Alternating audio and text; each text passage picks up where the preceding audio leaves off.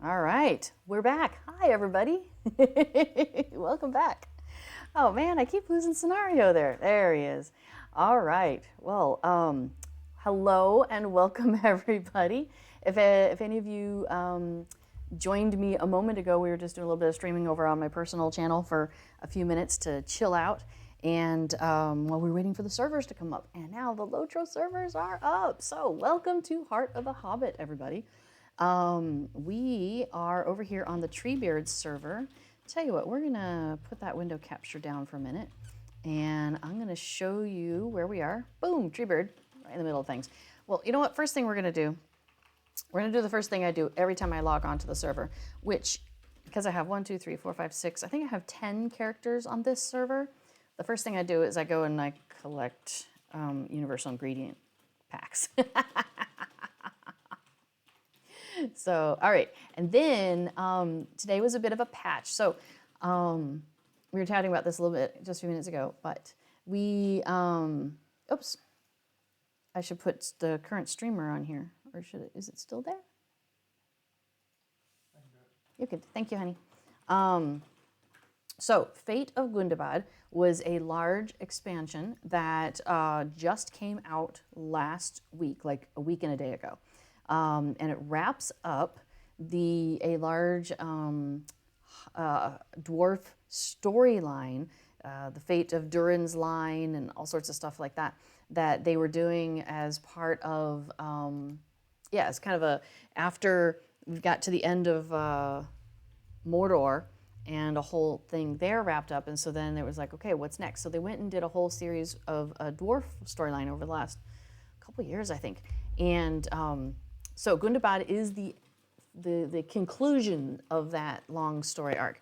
So that just came out last week. And if any of you work in software, you know that, after you put something out, there's often a few tweaks and things that come up that were unexpected. And especially when you're working on something so huge like an MMO, there's often unintended consequences, the butterfly effect, as it were. Oh, hey, trees are different. Oh, I like it. Autumnal apple tree. Those look so good. That's so cute. Look at that. There's little apples, little baskets of apples underneath it. That is so clever. I just love all the decorations and all the little details that they give us in the game. It just it makes me so happy. Yeah, nice decoration at 3 Wending Way there. That's really cool.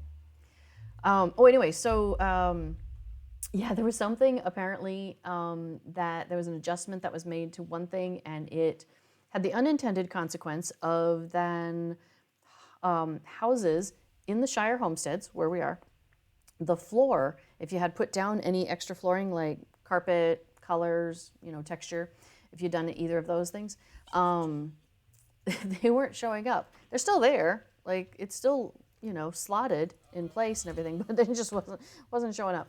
So it's where you got to go back and go, okay, yes to this, but no to that. So you go find that in the code, and what happened there. So there was a bit of a patch today catching up on a bunch of those things. Now I know there was a whole lot of other Gundabad stuff, but you know me, I'm all about the housing and the decorating and those types of things. So that's the thing I noticed was when they fixed the Shire housing bug. Yes, they also opened up some other things, and there's a lot of a lot they did. In fact, let me see if I can pull that up. The release notes. So this is Gundabad was update 31.31 was update 31. And let me switch characters while we're chatting here. So this is an update 31.0.1. So it's a minor update because of the 0 following the 31 there. So let me see if I can share that. Oh, you know what? And I've gone and covered up my captions. Hold on just a moment. Let me fix this. So I'm all over the place here. All right, let me make sure this is working. It's got a little unhappy sign. Let me make it a happy sign. All right, I think the captions are back and working. All right, so we got that. And then let's scooch this over here. And, oh yeah, you can see it. Neato. It is live for you, I see, I think. What am I doing? That's really fascinating. I wasn't expecting that. Okay, so there we go. Let me see if I see what you see. So Fate of Gundabad update release notes. There are some things that people will be very interested to know about. For example, let's scroll down a wee bit here. Excuse me. I seem to have a tickle in my throat today. Whoop.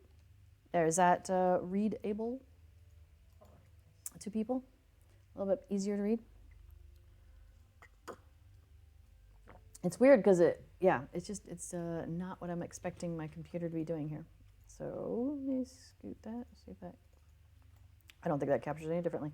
Okay, so there are 2 new instances in Fate of Gundabad, and people have been very excited about that. So that's happening. 2 small fellowship instances, and that's available for 1 to 3 players, levels 130 to 140. And, oops, hang on, let me get my person out. There we go, Ravandil, time for you to go in. And let's see, to encounter it, it tells you where to go and who to talk to. That's awesome. So you can learn more about that. There's a link that will take you to the expansion. So if you haven't bought the expansion yet and you're like, oh, cool, I really want in on this, there's a link there, and that should take you right to the Lotro Market where you can pick up one of the bundles. And there's 3 different bundles.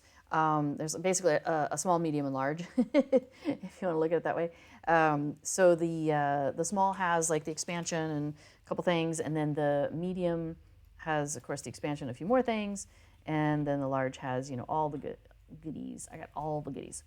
So you get, a mount and a pet and all sorts of fun stuff. So, but you can get the small package and still have access to all the Gunda goodies, as I call it. What was I going to say about that as well?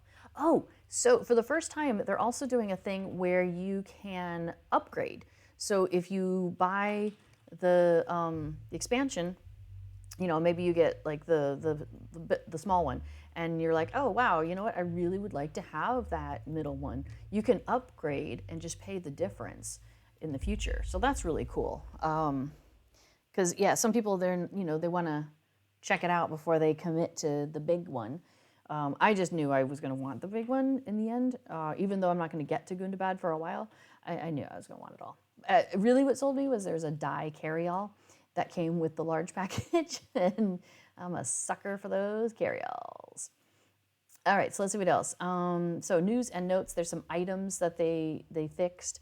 There's 2 new instances that have some chest, or 2 instances that have new chest rules, and then quest and adventure areas. So Cordovan is the SSG community manager, and he is an SSG employee. of all the people who stream here on the channel, he is a employee of Standing Stone Games, and the rest of us are just fans and players and stuff. Now, Scenario has been streaming once a month with reasonable consistency lately, doing strolls through the area, and Scenario is also another SSG employee. So those are pretty much, though, the only two that you'll see streaming on here with any regularity of recent time. So if you're ever like, hey, what's going on in the game? Well, we as fans can tell you what we know, but the people who really are in the know are going to be Cord and Scenario and Severlin when Cord has him on, or Raininia when he has him on. So Cordovan puts together these release notes, and that's really handy. So let's see. So quests and adventure areas. So they fix things and fix this and yeah. So here's where we kind of get into the part where I start to like, I hear Charlie Brown's teacher because I haven't been playing Fate of Gundabad, so I don't necessarily have a connection to these things. So like, wah, wah, wah, wah, wah, wah. But if you're playing Fate of Gundabad, you could go back and check out what's going on. I do like some of these funny things, like a few floating assets in Matagard have been grounded. I love like that kind of thing. Like you just imagine something floating around. But this is my one. Yep, Hobbit housing now supports floor texture and color items once again. Yay! But I think this one's my favorite. An orc stuck inside physics in the cool Gundu has been freed. Dobby has been given a sock. Dobby Orc is free. And then there's some quests that are now correctly repeatable. And in the help page, there's the in-game help page. And that was disabled for a bit, and now it is working properly. So that'll make some people happy as well. Let's see. And there's a known issue where with one of the quests, and they already know about that, so you don't have to submit a bug for that specific thing. But as always, if you see a bug for something, definitely submit a bug report on that, because they do find that really helpful with as much information as you can provide. So if you just say something like, got stuck in a wall in Bree, you want to be a lot more specific than that. Coordinates, and there's the /LOC for location command. And if you type that in, that will tell you where you are with coordinates and everything. And that is really useful for the developers. I got stuck in every wall in Breetown. Yeah, that's not going to be real helpful, right? They'd be like, every single one? Where in the wall did you get stuck? How did you get stuck? What were you doing? Were you doing a /flip? Were you jumping up and down? Did you just walk into it? Like, giving them as much detail as you can will help the developers to be able to fix those bugs. So I do appreciate, yes, things floating in the air. Sometimes I don't report a bug though, because it amuses me. Like in the spring festival, I think it is, where you go around and you're collecting the flowers in the 3 different areas. So like you're collecting flowers in Bree, and you're collecting flowers in Calendim, and collecting flowers. Yeah, so it's oh wait, it's not that quest. It's another quest, but that's the same festival, where you're going into the flower garden in Dooland, and they send you out to go collect flowers that you're then going to put in the stomping ground. And one of the flowers is usually floating in the air, kind of near an archway.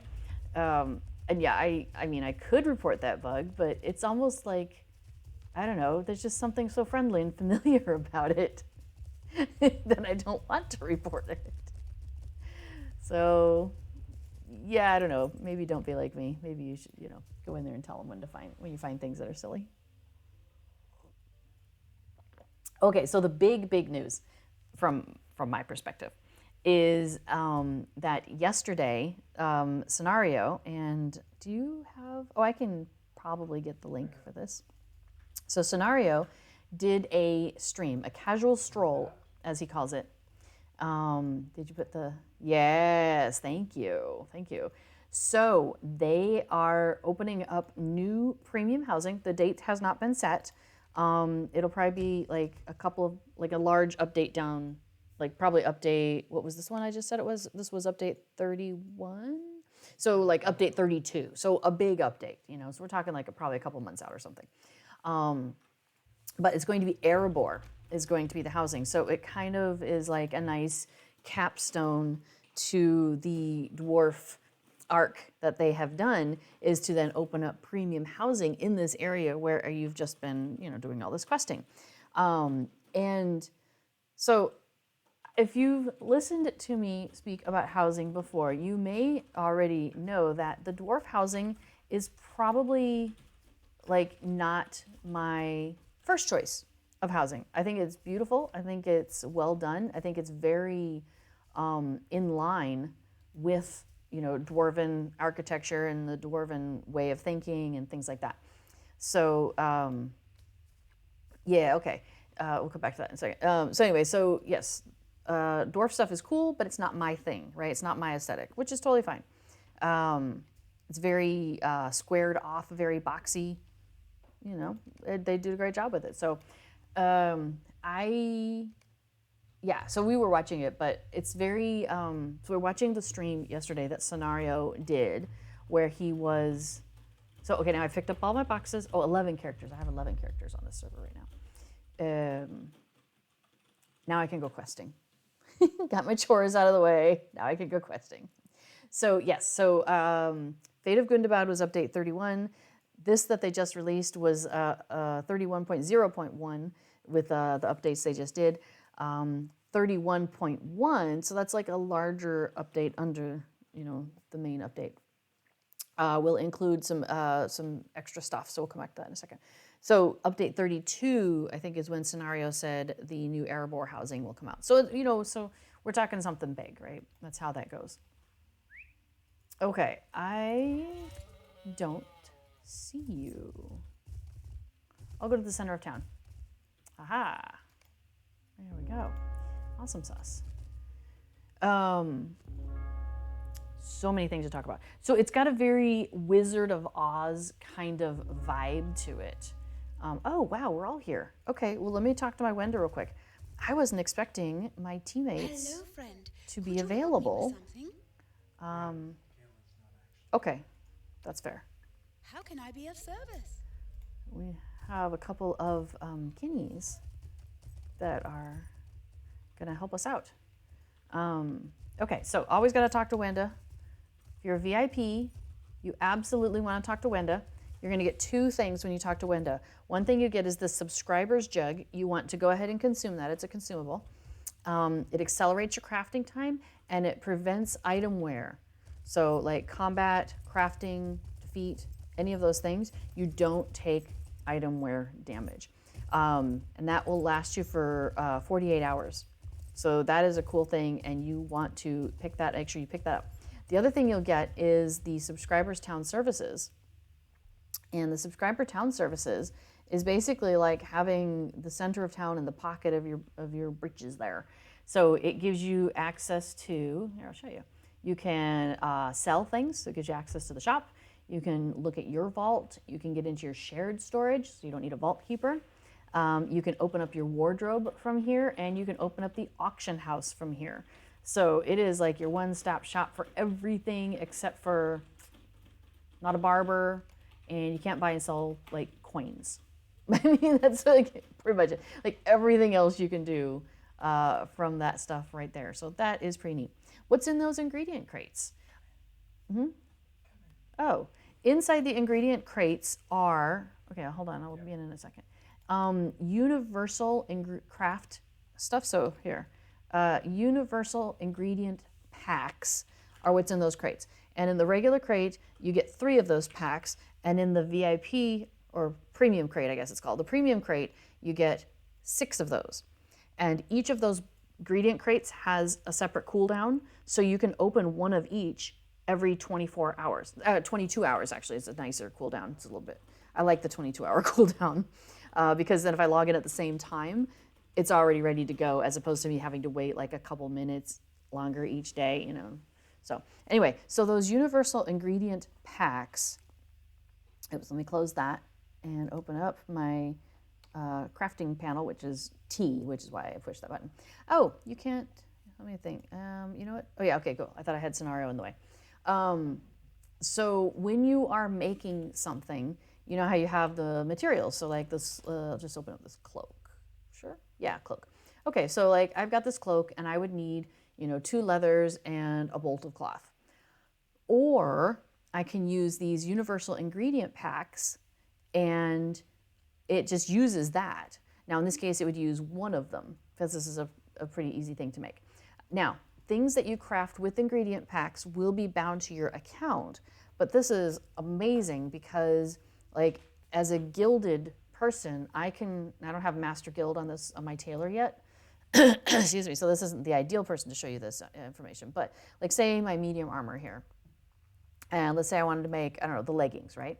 I mean, that takes like 5 different things, one of which is one of my patterns from the guild, right? So if I'm making this for somebody else, yeah, I got to make sure I've got an adamant shard and I've got a medium artisan pattern that I haven't used and then buy those other things, right? Or if I'm making it for myself or one of my other characters, it's going to take 8 of these packs, but absolutely worth it.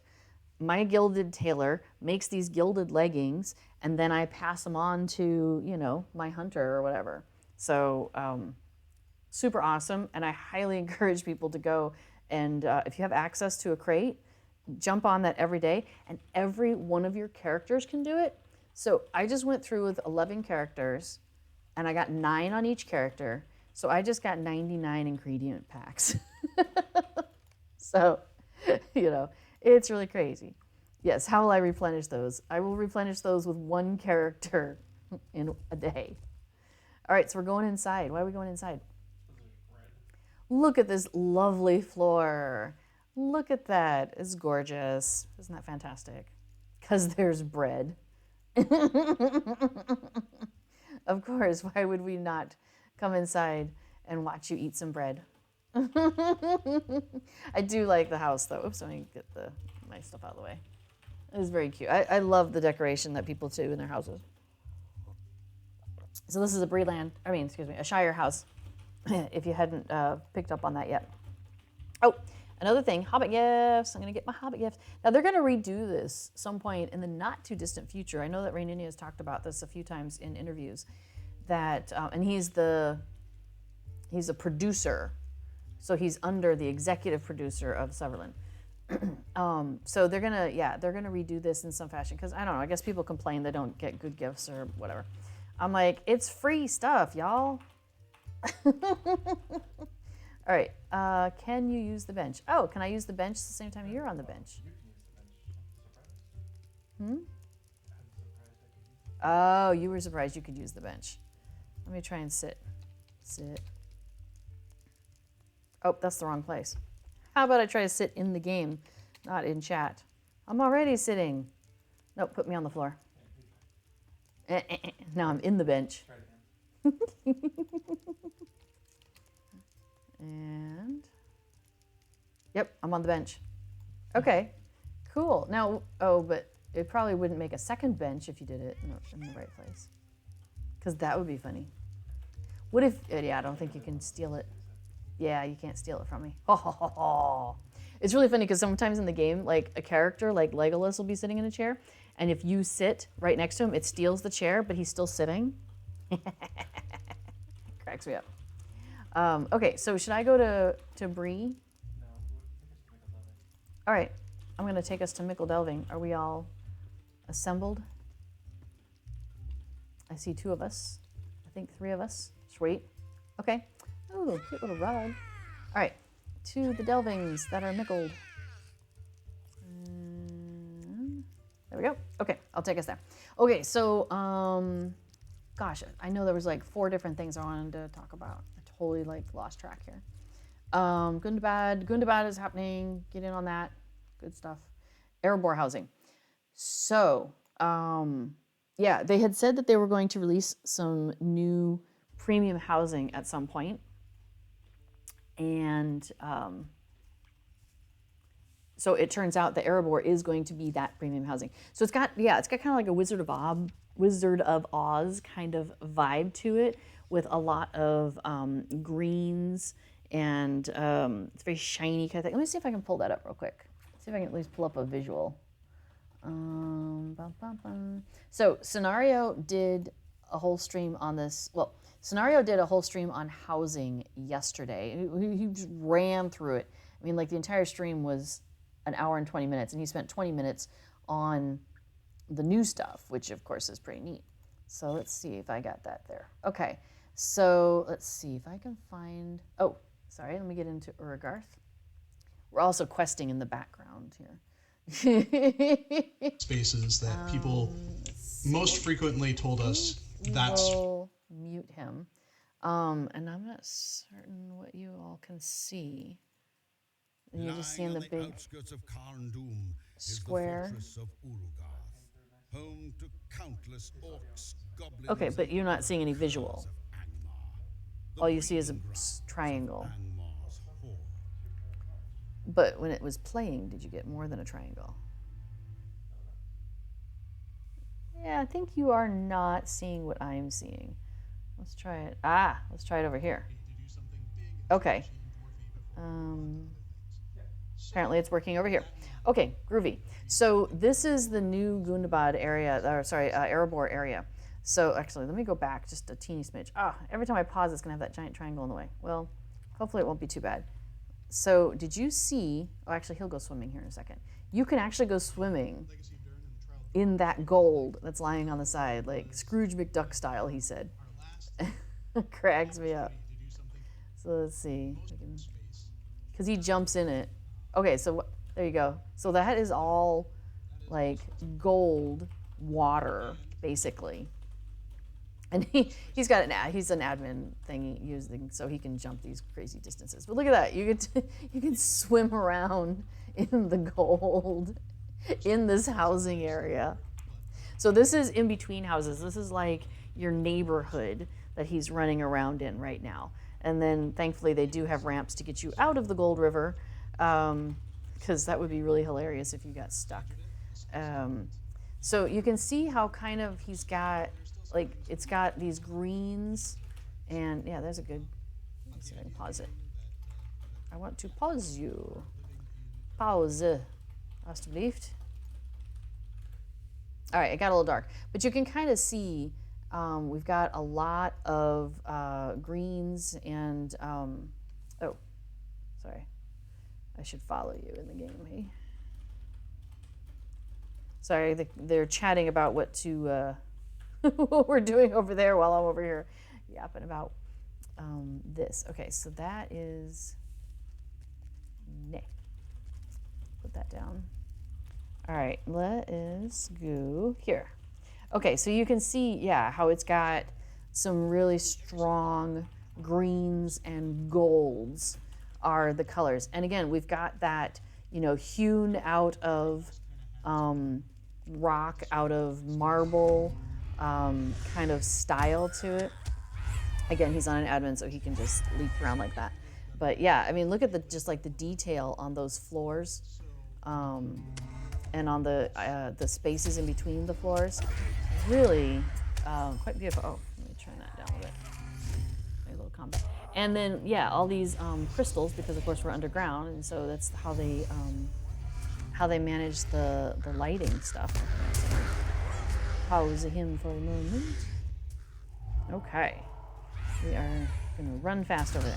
All right, yeah, so you've got, you know, like your big crystals there. We got small versions of that as housing items. So here we go. So this is a house. So that's TBD dwarf house number 2. But this is one of the houses, one of the premium houses. This is kind of like a prototype. So they're still doing some testing. They're still doing some, getting some input from testers on, you know, bigger, smaller, wider, taller, small, you know, just all the details. And, you know, are the hooks in a good place? Are they moving the hooks? But this is basically like your front yard, and you've got like a balcony, this area here, and you've got like another space, and then you've got a balcony up above. So a lot of stuff going on here. So I am going to do a 3-hour stream as a thank you to everybody who donated to Extra Life and helped me reach my $500 goal. So I will pull out some screen captures and get some and talk a little bit more about this during that. But basically, I took some notes, and I haven't gone back to kind of fill in my notes. So let me see if I can just tell you what I learned. Oh, and while we're doing that, let me go ahead and put Scenario down. You gotta go, Scenario. We'll talk to you later. All right, so you can see what we're doing. We are in Urgarth. Yay, Urgarth. Woo, woo. And apparently we're being attacked by a orky-doo behind us. Zoom out a little bit. There you go. Woohoo! I'm flying. I like it. So what he said is there's going to be... yeah, it's in Erebor. It's like Smaug's treasure hall kind of idea. You can swim in the gold. Yes, and they're targeting update 31.2. Oh wow. Oh, that's exciting because that's within the current update then. So okay, so like I said, update 31 was the release of Fate of Gundabad. Update 31.0.1 was the update they did today. 31.1 is going to have rewind. The folks who bought remember I was saying there's 3 different sizes of the packages you could buy for Fate of Gundabad. So there's like the small, medium, large. It's actually like basic package or something like that, and then like collectors, and then ultimate. So if you bought the ultimate, you got some really cool stuff actually. So you got, one of the things you got was a toolkit, which is this toolkit right here. Let me toolkit that off. Called the Fateful Toolkit. And it gives you, it's everything that's in the universal toolkit that you can buy from the Lotro store. The one you buy from the Lotro store is actually like 495 Lotro points. So it's not like the cheapest thing to get, but I usually get one anytime I start on a new server because you can use it for any of the professions, any of the vocations as well. The vocation is the big thing, and the 3 things you can do under that are the professions. So, so it works for any of the professions you're doing. And then it also gives you like critical chances, it reduces the amount of harvesting and chopping and all of that. So this is like the best one you can get until like level 90 or so, because the one that you can get up at that point, I think gives you like a 25% critical chance and like a 5-second duration faster chopping. So it's just a smidge better to get a handcrafted one, but not till much later in the game. So these things are great for over half of your game. And if you're not doing, end level stuff, you probably even need it. So anyway, so we got a Fateful Toolkit. We also got another one that's very similar to this. This one is going to grant bonus Festival and Landscape Wallet barter tokens when it's equipped. So I should be gaining additional barter tokens when I'm getting barter tokens in the game, and they go into my wallet. So that's kind of cool. That's a step above your normal universal toolkit. And then there was another toolkit, which is like the Gundabad toolkit or something like that.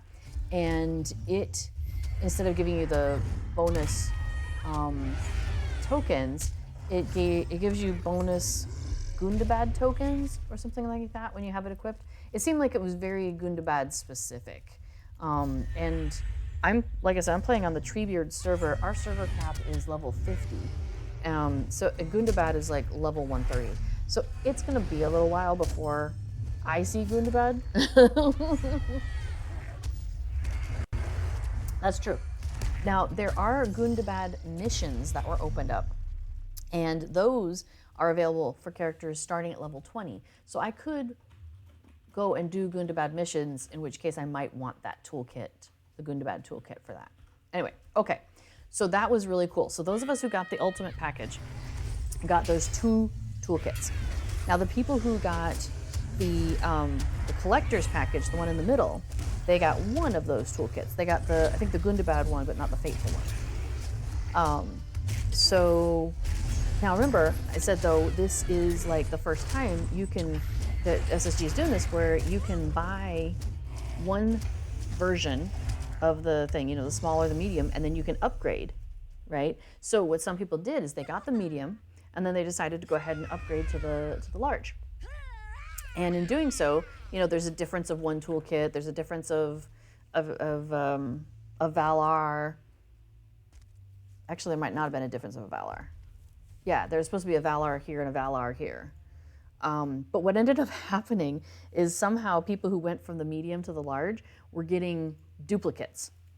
So they ended up getting basically twice the things. So once here and once here. It didn't like go, oh, you already have that.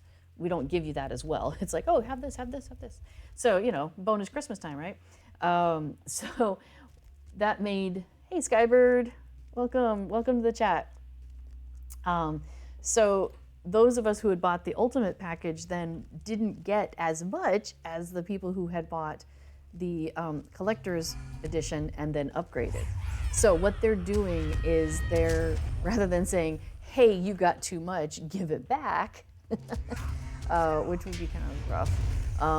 They are instead saying, hey, these people got more than you did, so we're gonna make up the difference for you. So that's really super nice. So when we get to update 31.1, that's when we're gonna get those bonus goodies. That's what they're targeting.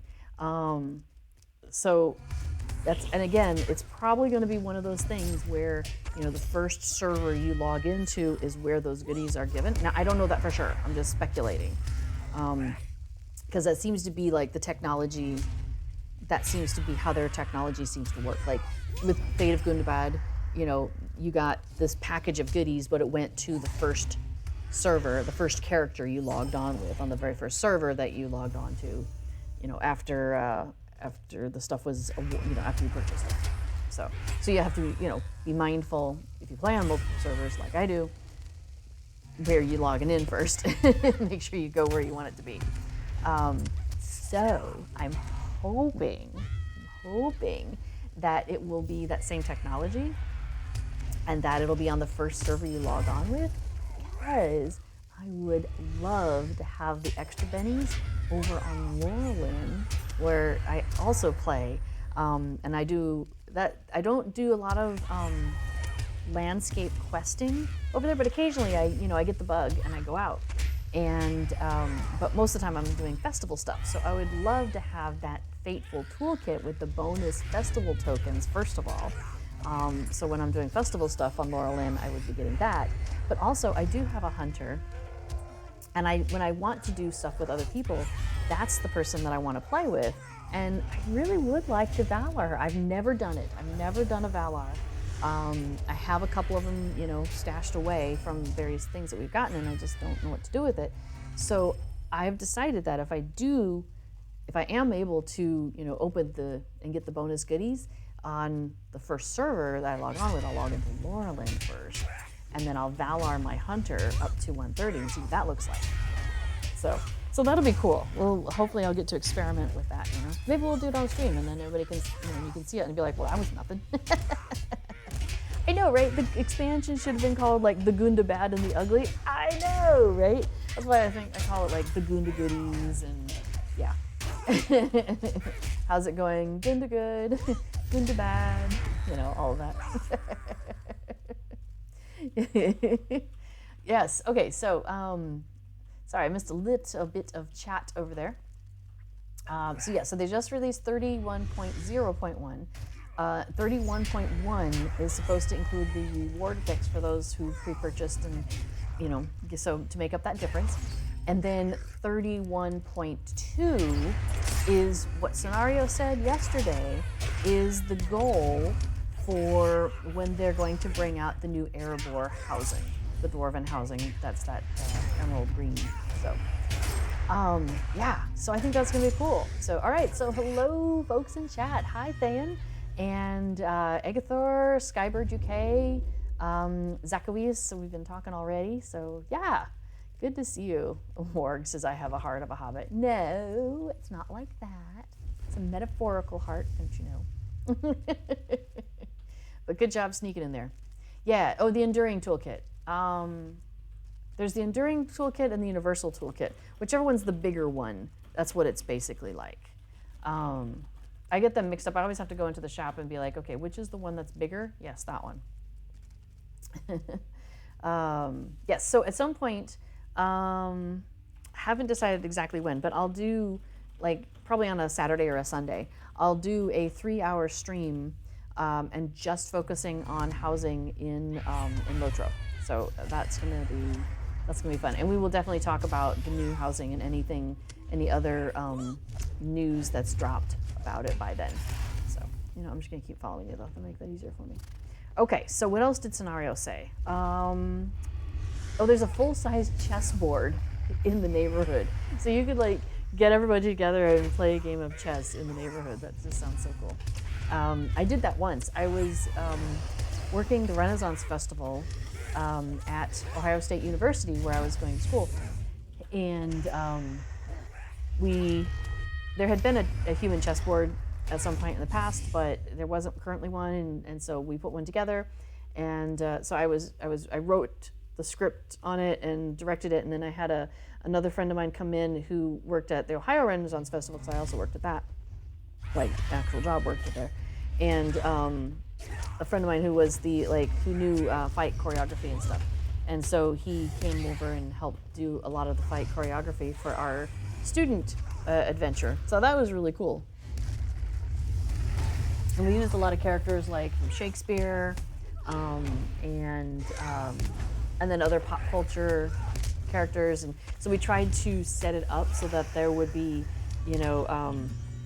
like a pawn versus a pawn, so it'd be characters that were somewhat equal, and and so then they would go into like a fight, and then one of them would win, and the other one would go off the board, and so that was a lot of fun.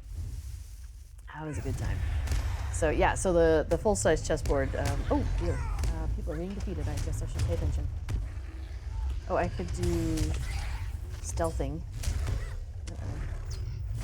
Only 2 of us are alive. I better possibly scoot out of the way. Oh boy, oh boy. I do not have my hook shot on the right thing if I want to use it to survive. Pop a pot real quick. Yeah, I'm trying to like drag one of them back. So I wasn't in the middle of being shot by everything. All right, good luck. Go, Bjorning, go. And I'm letting everybody do the work there instead of me. So, all right. Just clearing through some of that stuff. Got to remember not to hit escape because that will make me retreat. So I will just stay here defeated. I'm a defeated hobbit. Okay, so what else did the scenario say? Let's talk about housing. Full-size chessboard. And the houses are kind of vertical in the space, so there's a lot of stairs I noticed as he was running around. They kind of used Rohan as their basis for things, so they added a lot of hooks, or they've added more hooks, I should say. It's not like out in the open world like some of the Rohan stuff is. It's kind of like a pocket space where you go through a door in Erebor. There was intentionally some doors left in the setting, in the landscape, so that they could do something like that. So for example, like this door right here. Now in here, because we're in Urgarth, it really does go somewhere. But if it didn't, like that could be the sort of thing where it's like, that's where housing is, So yeah, that's very clever that they were kind of thinking ahead, and put that in place. Oh, hey, we have a large Drake Warden again. Is that the big one that took us all down? Okay. It's a different one. Oh, you know what? I don't have my fast feet on. Gotta get my leafy feet back on here in a moment. All right. Leafy feet. Oh, boss is coming. Okay, I better pay attention for a few minutes here.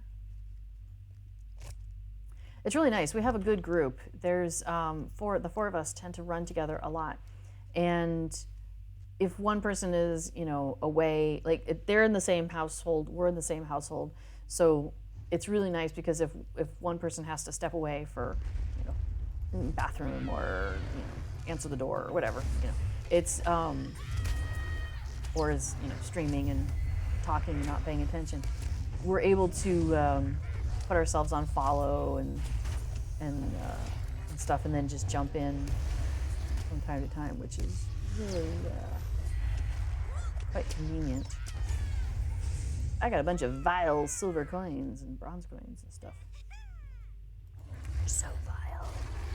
So I wonder if I'm getting more because I have the thing. No, not that I can tell.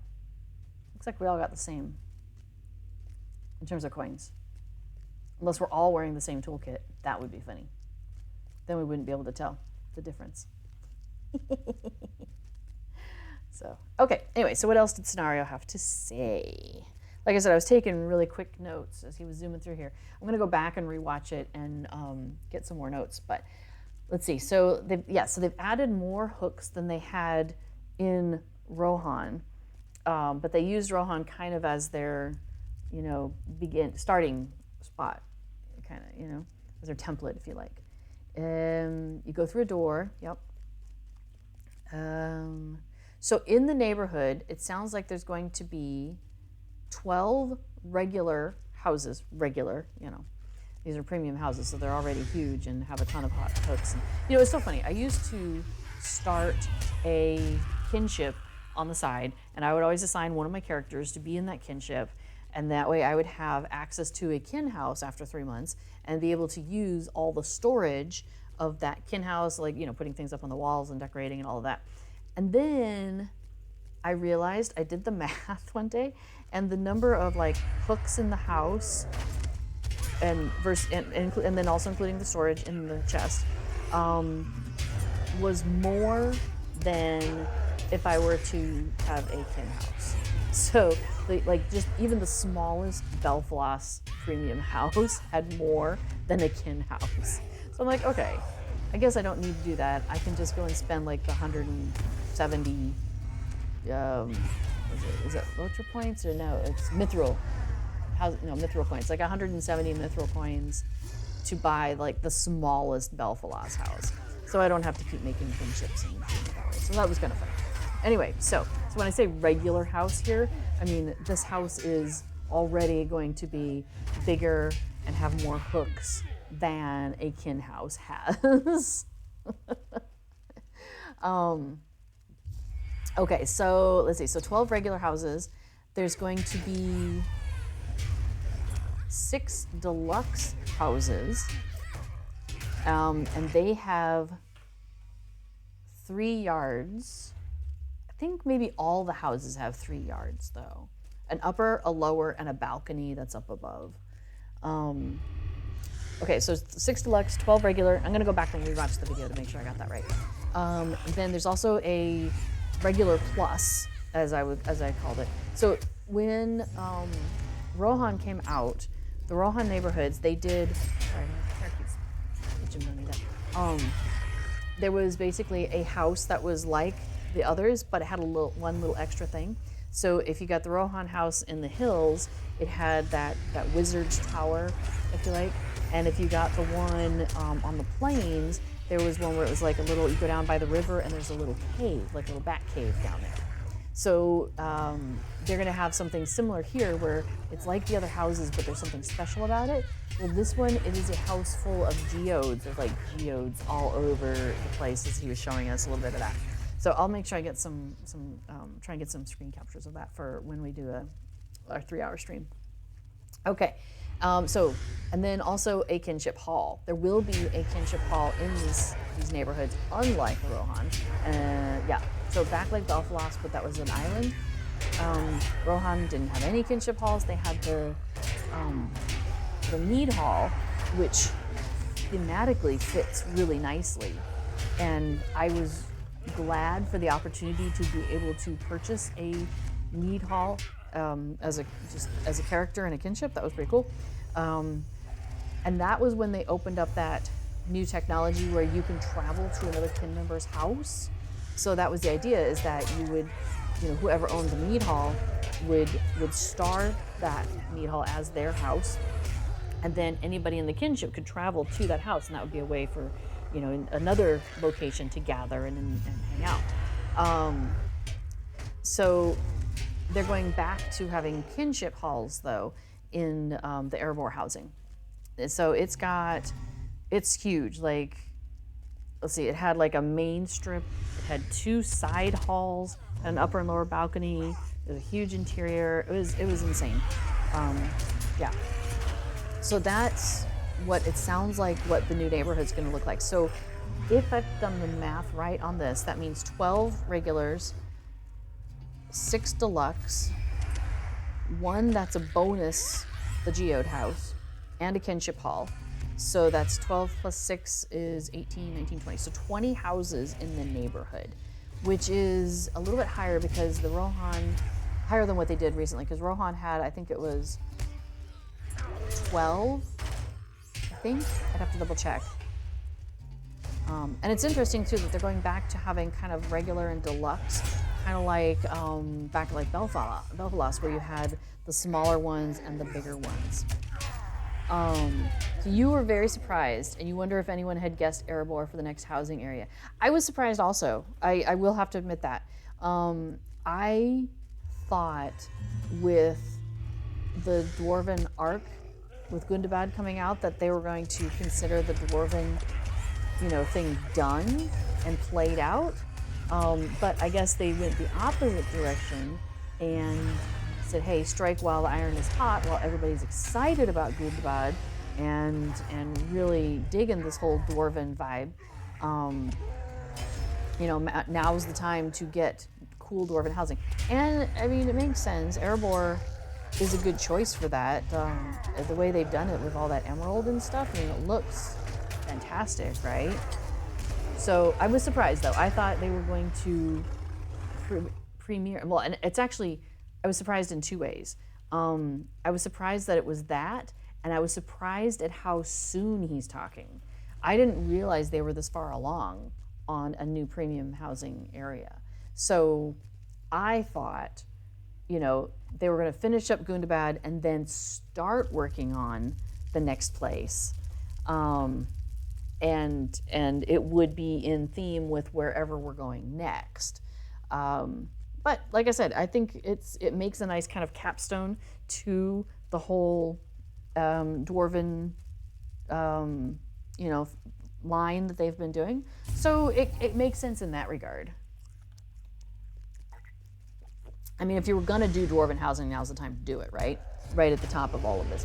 Now, also, it kind of makes sense because, like when we started on Treebeard, I was watching housing get purchased because we have a kinship, and our kinship, we were, trying to gather us all together in one place, and we were bringing people into the kinship. Like, this was a new kinship on the server. This wasn't like we did have people that we played with on other servers that came to be part of this kinship, but really in whole, it's new, right? It's a new group of people, and so we wanted to do what we had done on Bombadil, which was like a year ago last in the summer, which was get us all in the same neighborhood, and then be able to use while we were waiting for our kinship to exist for 3 months.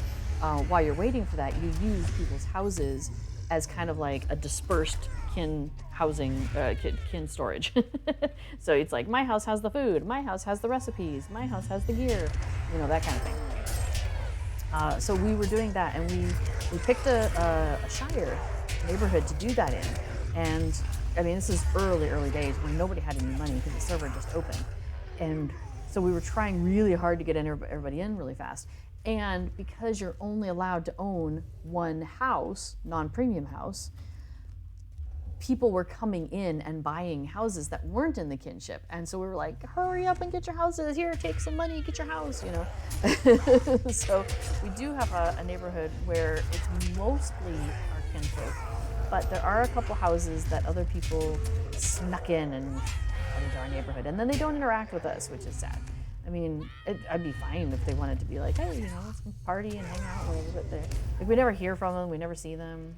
It's very sad. It's very sad. They didn't participate in putting out the treat mats. Anyway, I totally forgot where I was going with this. Started complaining and, lost track where I was with it. Dwarf premium housing, thank you. So I noticed that as housing was being purchased on the server, that Shire housing was filling up very quickly. Like there were no neighborhoods, there were no deluxe houses left in any of the Shire neighborhoods. And the same thing happened in Bree. And also I was noting, because they open up a new neighborhood when a neighborhood gets full. Now, of course, the kin houses were still available, so all the neighborhoods were still listed. But it was like 000 or like 004, like 0 standard houses, 0 deluxe houses, 4 kin houses on every one. So yeah, so there was a lot of Shire neighborhoods and they were full, and there was a lot of Bree neighborhoods and they were getting full. Like, those were the 2 neighborhoods where people were buying. There were a few people in the elf neighborhoods, and there were a few people in the dwarf neighborhoods. So I feel kind of bad, right, that the dwarf neighborhoods don't get a lot of business. People aren't buying them up as much.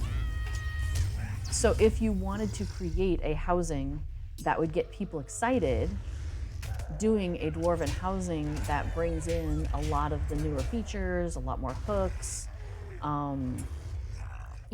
anything else that they might want to add, that makes sense. Do dwarf housing because it seems to suffer from a lack of love in the game. So do something to get people excited about it. That makes sense. So yes, if the place was full of minstrels, would it be called Gundabad? I like it. Yeah, you think. Yeah, so I'm saying I think Lonely Mountain is a cool location, but like myself, thought that they were done with dwarf stuff. Yeah, I thought they were. I really thought they were. So I was surprised. They definitely caught me by surprise there. I hope a lot of people are going to be pleasantly surprised. Okay, so here's my thinking though. Wow, I think I just got smashed by a bunch of fire. What happened there, you silly gooses? I did that, I shot them, so it's my fault. Hunter things, hunters gotta hunt. Oh, did somebody shoot an arrow at that thing? Oh, it must have been our hunter. It's no coincidence that Bard is Lake Town's greatest hero. The hero is Bard. Which Bard? Yeah, Bard. The Bard. So I thought we were going to go to, so I thought the next storyline to be told, it's going to be, I'm guessing, and I'm just theorizing here, but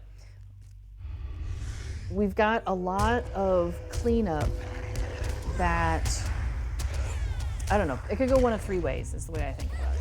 So we've got a lot of cleanup to do after, after the ring has been, chucked into the mountain.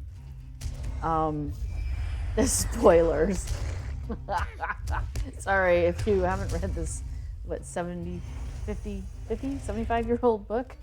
You might want to get on that. Just saying, it's a good book. Go check it out. You might like it. So after that, and the armies are left leaderless, right? So what happens next? Well, there's still like the Haradrim, and there's still like a lot of people who align themselves with Sauron, and are have been terrorizing people and taking over lands, and and generally wreaking havoc for some people. Now, some points that might be justified, though. I mean, there's 2 sides to all these stories, right? So there's a lot of story that could be delved into there, and so that would be very much human focused. It's going to be could be very, focused on what is Aragorn doing. Because like he goes out and he's doing a lot of stuff after the war, right? He's tidying things up.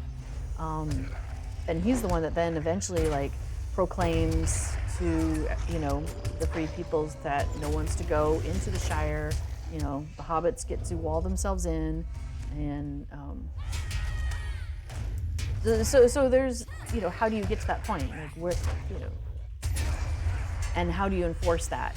Are there more Grey Company, or how does that work, right? So there's a lot of stuff they could delve into in that. So that's one direction they could definitely go. And running around helping out Aragorn, I mean, that seems like a pretty cool thing to do. Everybody seems to like that. So that's one direction they could go. They could go Elven. The elves are leaving, so they could either go back in time to some, large elf events that have happened in the Third Age, in the Second Age. There's a lot of especially because you've got the things like Helm's Deep, where you're at Helm's Deep at different times, doing that little time travel thing. So Helm's Deep before the attack, Helm's Deep during the attack, Helm's Deep after the attack, that kind of thing. So you could easily do something like that with elves, and you're like, oh, okay, this was a huge, piece of history. Let's go explore that. And there's a number of different things they could do. They could explore times when the elves and the dwarves were more friendly terms, like when they were working together in, Moria or Ered Luin. There's areas where, it's obvious that there were dwarven outposts that are right by the elves. There's elven outposts right by the dwarves. So, there's some history there that would be really interesting to delve into. The fall of Beleriand. Like, there's so much that you can get into, and I don't know.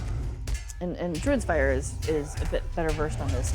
I don't know what their license entails in terms of what they are and are not allowed to do. However, they have been extremely creative when they're not allowed to say a name of a character because it wasn't in the source material that they have the license for, but it's over in this other source material. So instead of saying, like whoever, they'll call him like the first crafter, instead of Luvatar or whatever. So, or Lue.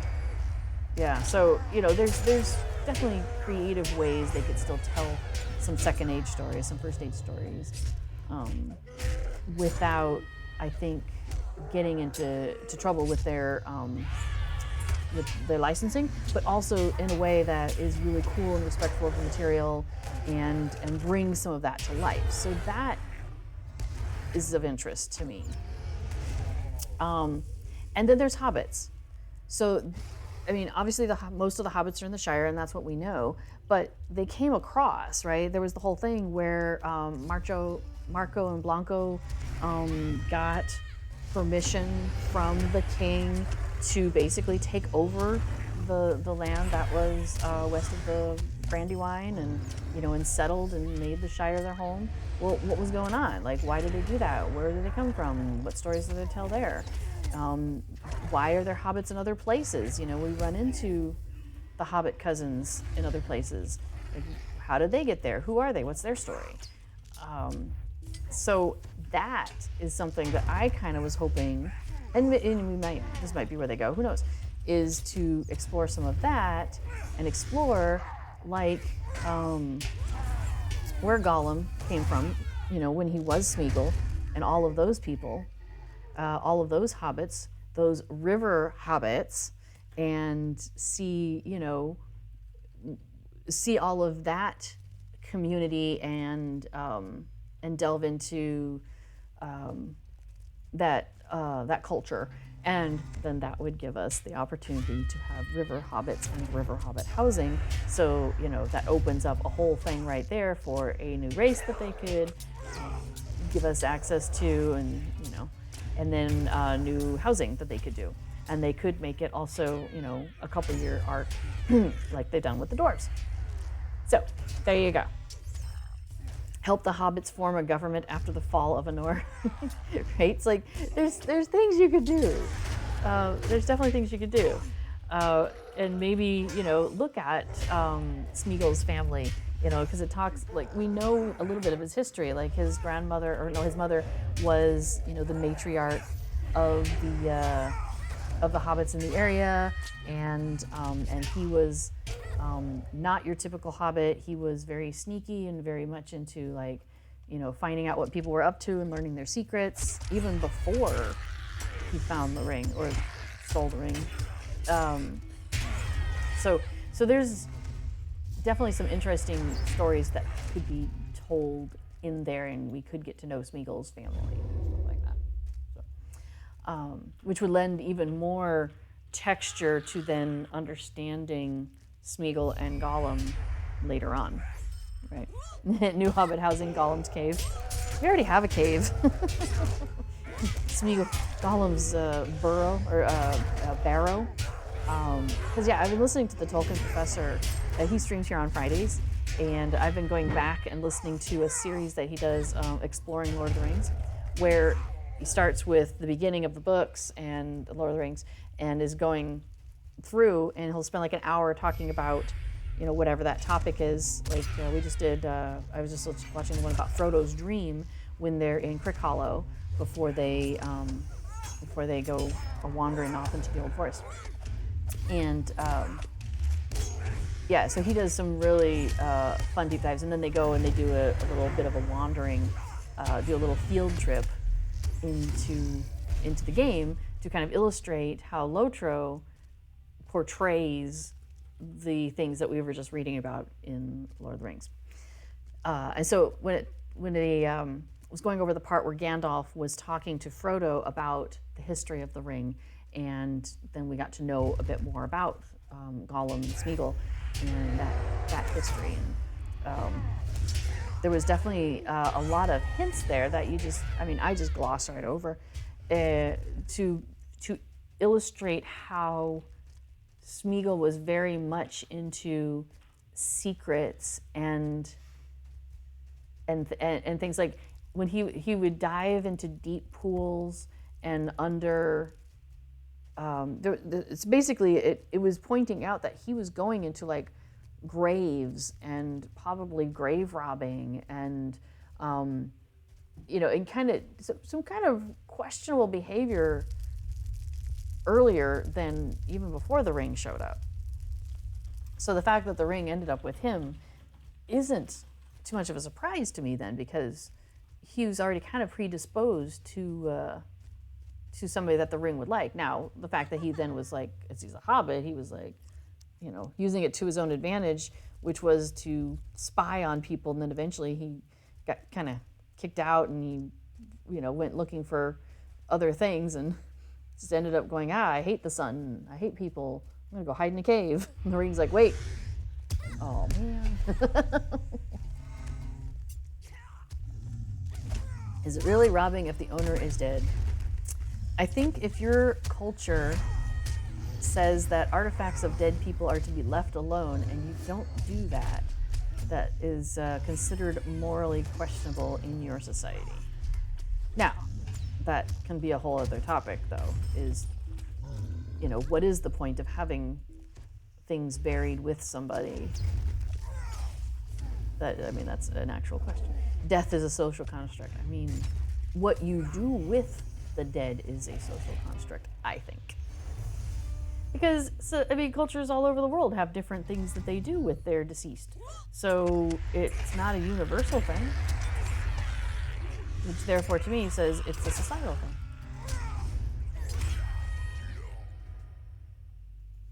As opposed to, like, most cultures seem to have a, you know, murder is bad kind of thing going on. So that says to me that there's something ingrained in us that says, okay, you know, killing each other is a bad idea. But how we deal with somebody once they're dead varies widely. But it's interesting, though, there definitely seems to be a reverence for those who have passed. And that seems to be somewhat universal from my observation. So I find that interesting. Oops, I did not mean to run. I was trying to follow you. All right, so we kind of got a little off topic there. Although, did we? I mean, we're getting rid of the morale of all of these creatures, so I don't know. Are we off topic? Sometimes I play Lotro and I think, maybe it's just easier if I don't think about the fact that I'm like out here like wiping out huge swaths of creatures and peoples. Don't think too deeply about it.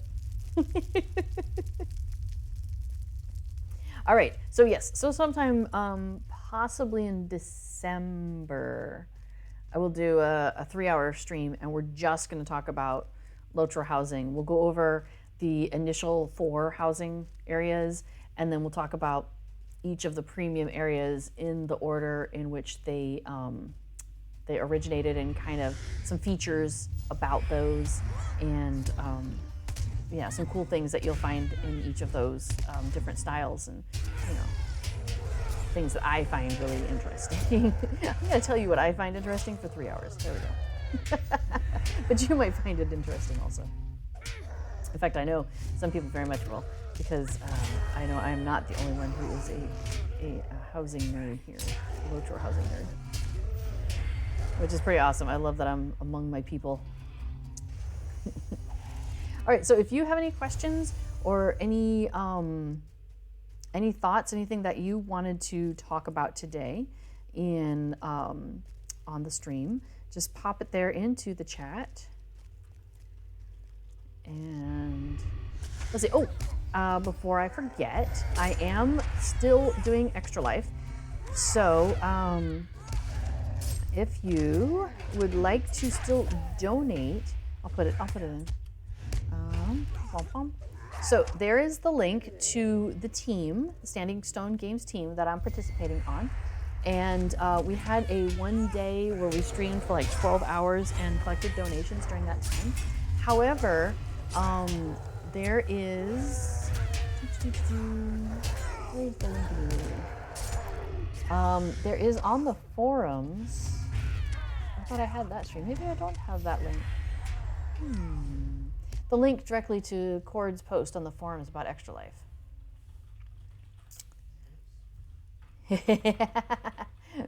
Rewards, those are for the boats. Rewards, awesome, thank you. So yes, Extra Life rewards. So if you donate to Extra Life, and I have our team goal is listed up there. So the team was going towards 20,000, and we met that, which is fantastic. In fact, we're 5,000 over that goal. So all the money goes to children's hospitals in North America, the Children's Miracle Network hospitals, I believe.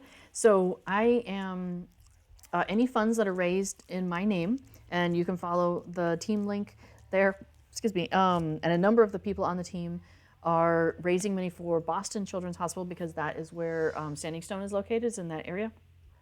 So I went ahead and chose that one also because, as I've mentioned, we live in the Netherlands, and so funding for hospitals is a very different scenario here than it is in the United States. So we are doing our part to help as much as we can. And the really cool thing about those children's hospitals is that they don't turn people away for financial reasons or anything, right? They'll take, if your child needs medical care, you go. And you don't need to worry about it. They'll take care of you. So that's really important. Because, I mean, if your kid's sick or not, or needs medical help, like the last thing you want to have to worry about also is this going to, bankrupt us or, all of that. So, so we do what we can to help raise money so they can do what they do. Yeah. So very happy to make sure kids get taken care of. And it's really cool. I've seen pictures and stuff of some of the things that they do, and they have like video game stuff for the kids and things like that. And obviously, I'm a fan of video games. So giving kids access to video games, because there's also research out there that gaming can be a part of pain relief. So if you are experiencing pain, like fibromyalgia, for example, is one where it kind of is a bit overwhelming. But sometimes if you can focus on playing a game, that somehow releases endorphins or whatever, and it helps reduce the amount of pain that you are experiencing. Which is fantastic. So thankfully I don't suffer from fibromyalgia, but I do get headaches. I get clusters of headaches that are kind of like, I guess I would call them mini migraines because they're usually not as bad as a full-grown migraine, but they are not your average headache. So it is nice to have some pain relief during those times for sure. All right, I keep getting stung by these little turkeys. So I'm gonna try and move back a bit. Nope, they got me again. Little stinker. Anyway, if you donate during this campaign, which ends, this will be the last stream of mine, during which you can donate and still get in. Donations through November 21st still qualify, and today is November 18th, so you've got 3 days if you would like to get any of the rewards. So follow that link to the post that Cord put in the forums, because $5 or more donation, it goes up like 5, 10, and so on, all the way up to 50. There's benefits that you can say, hey, yeah, I'd like this from the, there's a list, there's a community loot list. And so you get like 1 pick or 2 picks or 3 picks off of this list. So it could be titles, there's mounts that you can get, there's a housing item, things like that. So you can choose off of that list based on how much you donate, which is great that Standing Stone just has like a list of things they can just give stuff away for people who participate in community events like this one. And then if you do a $50 donation or more, then you can get a cozy cat cosmetic pet. I think it's cosmetic. I don't think it's housing, I think it's cosmetic. So that's really cool. And then, yes, as before put in the notes there, if you donate at least $10, you are entered into some giveaways that Cord will be drawing, and he's drawing those on November 22nd. So that's in like 4 days. So you want to get in on that. And one of them is an ultimate fan bundle of Fate of Gundabad. So that would be really cool. And if you already have it, I don't know what's the scoop, if they just give you another one to give away, or, you know, I'm not sure what they do. But I would say go ahead and enter. I mean, you know, why not? So Extra Life links are in the chat if you want to still donate and get in on getting some Lotro goodies. Now, they did this last year. I mean, they do this almost every year. So if you do miss out, you'll have another chance again next year. Occasionally there are community events that also count for the community loot list. For example, Cord is also participating in Movember, which is men's health, is focusing on men's health and helping to reduce and end the stigma of men asking for help, and particularly mental health help when they need it.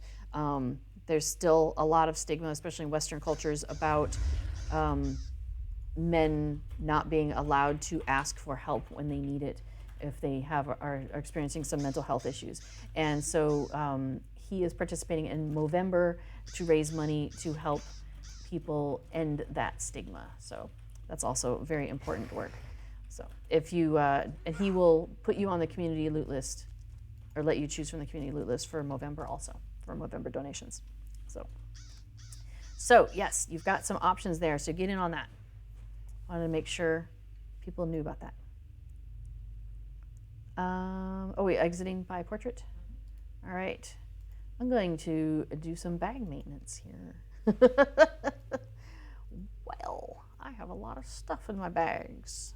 I was already kind of over carrying. I hadn't fully emptied out before. I mean, it's not full, like, I had, I don't know, like 40 things in my bag. You know. All right, well, let's see. Let's lock a few things. Oh, I'm not carrying my carry-alls again. All right, let's lock some stuff, make sure that doesn't end up in the store, because we like those things, we want to keep them. We'll keep the scrolls. Oh, we need a Nama pot. All right, so what's good? We've been keeping the task board stuff for now. We are desperately hoping that the task board carry-alls go on sale. Really, really hoping. Because we have a lot of them. And the task carry-alls have not been on sale, or sorry, available. They're not on, yeah. They are not existing in the store since Treebeard opened.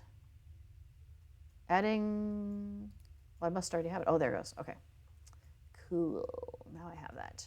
All right. So let's see. What else do we have? Oh, I might keep those and put those. We have a chest full of these trophies. So I'll go ahead and keep the good ones. But I'm probably going to get rid of some of those. Lore Master's badge. Oh. A pocket item for Lore Masters. That's hilarious. I have a Lore Master and they don't have a pocket item because I haven't really been playing them. So I might drop that in there because I actually do want to play my Lore Master from time to time. Maybe I'll drop that in there. I will hand that over at some point. All right, anything else I want to keep? We'll keep the Teeth of Gorgorog for now. And a Goblin Badge of Rank, see if somebody needs that. We have so many Splintered Ward Claws, I'm just going to sell those, I think. Oh, a Minor Essence of Parrying. I don't know if that's something I want or not. Oh, look at that. That rabbit's foot. That's adorable. Green Leaves Lucky Rabbit's Foot. Right now I'm carrying a barrel. And my barrel's better. I mean, rabbit's foots are interesting and stuff, but I like my barrel better. All right, and I don't think the jewelry is going to be any better, so we're going to sell that off. All right, I'm doing a massive sale here. Normally I would keep a few more things, but we're just going to ditch that. Make sure nothing needs repaired. It shouldn't. But once in a while, I forget my window. I just want to make sure I didn't forget. So, all right. Oh, are we going? No, we just came out of there, didn't we? Oh, and then my bag is still over full. So what else do we have? More stuff. More stuff to sell. Badge of Command. Oh, that's another one of those. Fine, we'll keep that for now. Sigil of War, sure. Ritual, yep, Emblem of Ritual. And the rest of that can go. All right, now I have 34 spaces in my inventory. I know it's sad. Okay, all right. Cool. So we are working on Legendary Angmar. So we're on a legendary server, and legendary servers are, you have to be a premium person, so like VIP counts, like we just subscribe to VIP 1 year at a time. So like while we're VIP, we have access to this server and all other legendary servers. And there are currently 3 legendary servers.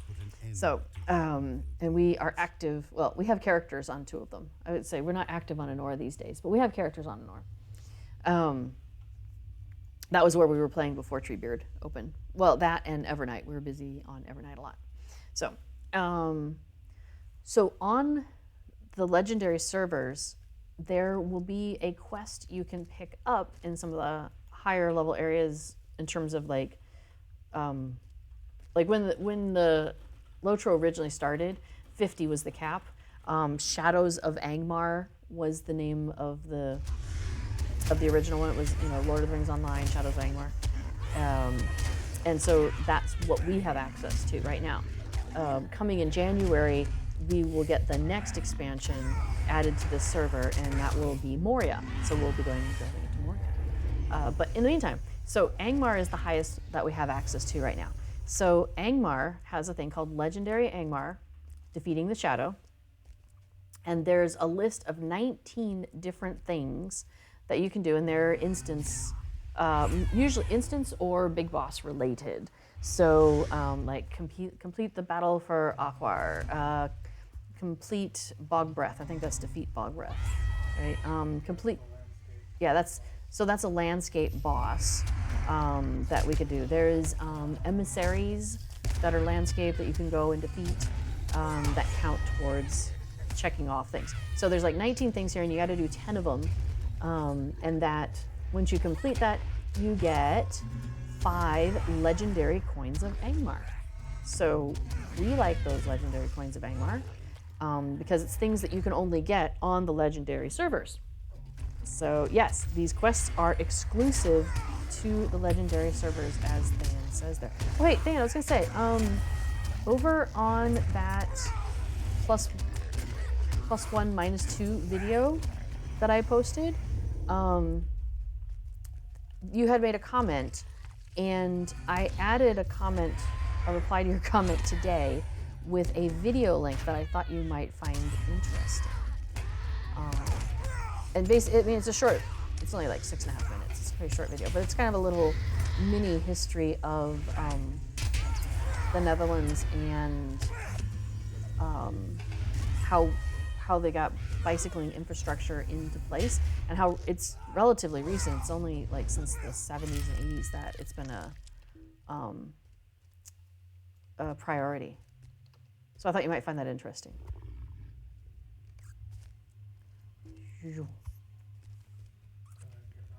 I am grabbing some relics. You watched it already? Awesome. It was short, but it's a good start, like to kind of getting a nice overview of that. I thought it was a good video. I love that channel, Bicycle Dutch. Oh, there is a relic back here. I missed it. I walked right by it. Well, I'm glad you walked over to it. Is there another one in here? I got 3. Is that what we have? 1, 2, 3. We started our Dutch lessons again yesterday. So we're working on numbers. I can tell you, hello, my name is, what is your name? I live in, some pretty basic stuff, but it's a start. Hallo, mijn naam is Little Redhead 42. Ik woon in Lotro. I live in Lotro. Ja, ik woon in de Shire. Exactly.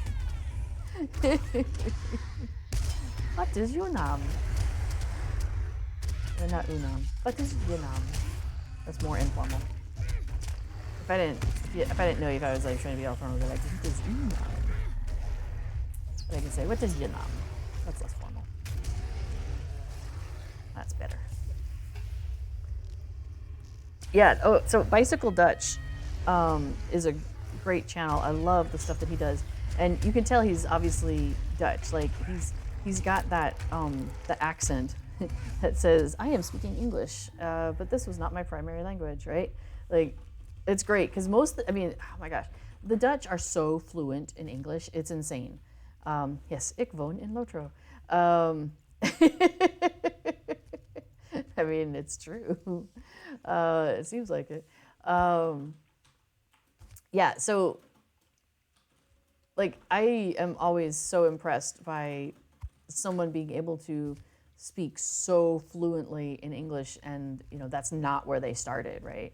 It's impressive. So every once in a while, there's like a little detail, you know, where he'll say something and put an S on the end of something where you wouldn't do that as a native English speaker. You would know, okay, you don't do that. But man, English has so many wacky little idioms and changes, and, you know, the rule is like this, except when it's not, which is pretty much every other time. Like, you know, follow the rule 20% of the time, and the other 80%, it's going to be all these exceptions, right? It's like crazy. You think you read yesterday that the Dutch are the #1 non-native English speakers in the world? Would not surprise me. Like, they're really good. And it's so funny because, you know, we'll be talking to somebody and they're like, oh, I'm sorry, my English isn't very good. We're like, we've just been having a 20-minute conversation, and I understood everything you were trying to convey to me, and most of what you said was not only grammatically correct, but also like idiomatically correct. Like, you know, like you're doing great. You speak better than some English speaker, you know, native English speakers. So in terms of understanding the vocabulary and, you know, what words go where, and yeah, they're doing great. And it's so funny. They feel, I think there's something about, there definitely seems to be kind of like a, I don't want to say age or generational thing, because it's more of a grading of it, where the older somebody is, the less likely they are to feel comfortable speaking in English. And then the younger they are, the more they're like, English is hip and cool, man. You know what I mean? They're more likely to have been experimenting with English and speak English with their friends and experimenting, yes, hanging out behind the school. How to know if your child has got it. Talk to your child about the problem effects of experimenting with English. Yeah, English is a proper thrown together language. No kidding. It was a joke about, you know, English doesn't just steal from other languages; it follows them down dark alleys and beats them up and steals their rifles through rifles through their pockets for loose grammar. Exactly. Oh, about a 15-second delay on stream. How funny. Nice. So you get to see it on the stream, and you get to hear in the game what we did, because we're typing in Kin Chat sometimes too. Oh, that's funny. Don't do English, kids. Or don't do kids English. Or don't do English like those kids, wacky kids do. Yo, yo. Oh my gosh, I saw something on Twitter one day. It was something about how you can tell what generation somebody is or how old somebody is by what slang they refuse to stop using. Now, I just would do stuff to annoy my kids. And also part of it is because I know I'm not, like, I'm never going to be up on the latest trends. I'm not a trendsetter. I'm not bleeding edge in anything, except for maybe low-shore housing. Like, and that's even just a maybe. Because, anyway. Yeah. So, I figure instead of trying to be cool and, you know, failing, I might as well give in to my ridiculousness. You know, go ahead and be silly. Why not? Because there's definitely some people that I've seen it before, you know, on in the media or whatever. You'll see somebody who you're like, wow, they're, you know, they are speaking in a way that indicates that, yeah, they've kind of picked up on what's the trends, and they're on top of that, and they're in the middle of that, and they enjoy that. That has never been a thing for me, and I'm okay with that. Like, you know where your strengths are. Oh, did anybody light the beacon? Okay. It's on fire. Don't do English, kids. Yes, exactly, right? Where's the comma go there, Thayan? Don't do English. I just got that. Yes, thank you for the correction. This channel is rated T for teen.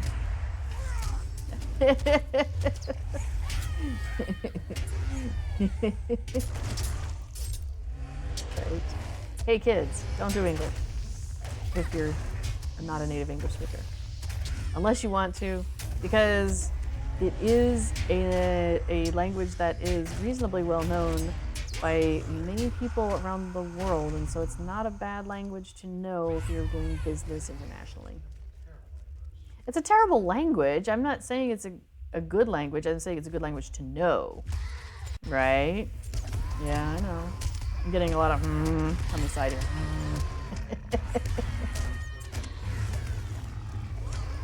yes, we are continually grateful that we don't have to learn English as a second language. Like growing up with it, thankfully we got enough of it to be able to speak it. So don't have to go and learn all those ridiculous things that English is stupid for. Yeah, I would totally be fine with another language taking over, another well-constructed language taking over as the primary international language. I mean, I know French has tried.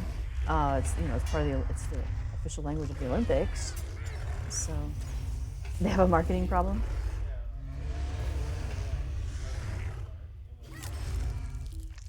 Yeah, I don't know. He's saying the impression is that French is a hard language to learn. I don't know. People keep saying Dutch is a hard language to learn, and I'm like, I don't know. Like, y'all are using words the same, like vowel pronunciations. Even though I struggle with it once I get it, like it's the same every dang time, right? If you see this combination of letters, it's gonna have the same pronunciation. That's true. Maybe everyone thinks their language is terrible. Hell, you think your language is terrible. Let me tell you about mine. It's like, yeah, okay. I don't know. Yeah. I don't know. So, like, Russian, when I took a number of different foreign languages when I was in high school and early college years.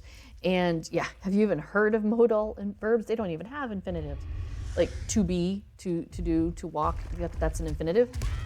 But should, or can, could, there's no infinitive. Like there is no to could. He coulds, she coulds, they could. Like there's no infinitive of that. And yet, we know how to conjugate it. Like, oh, I should go to the store. I guess it's because we put it with other verbs, go. I should, verb, I should, verb, noun, whatever. But, modal, like, yeah. Crazy. So you moved to Denmark 7 years ago, and the difference between the written and spoken language is hard to master. That is an excellent point. And I think that happens a lot with languages, because I do notice that with Dutch as well. And I think that's where you just kind of have to figure out where do people swallow their consonants, where they, the vowels, what do they emphasize, what do they kind of like just skip right over. Yeah, the little bit of Danish that we've seen does seem weirdly similar to Dutch. I think if we get a good handle on Dutch, and that is the goal, is then, things like German and Danish might be a little bit more, like, I might be able to piece together things. Like, if we were to visit Denmark, we might be able to be like, oh, hey, I think that's a store for buying candles, or, or whatever, like something like the pieces might flow together a little bit. I have this kind of theory that because of the way the languages have borrowed and are constructed, that German and Dutch and English share a lot. And a lot of words that I run across, it seems like it's in two of them.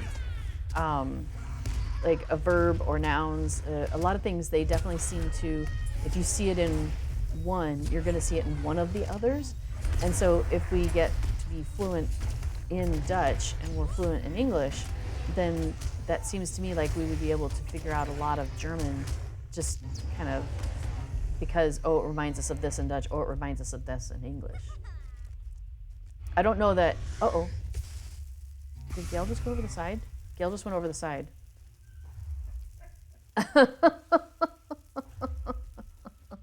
Yeah, you didn't want to do that.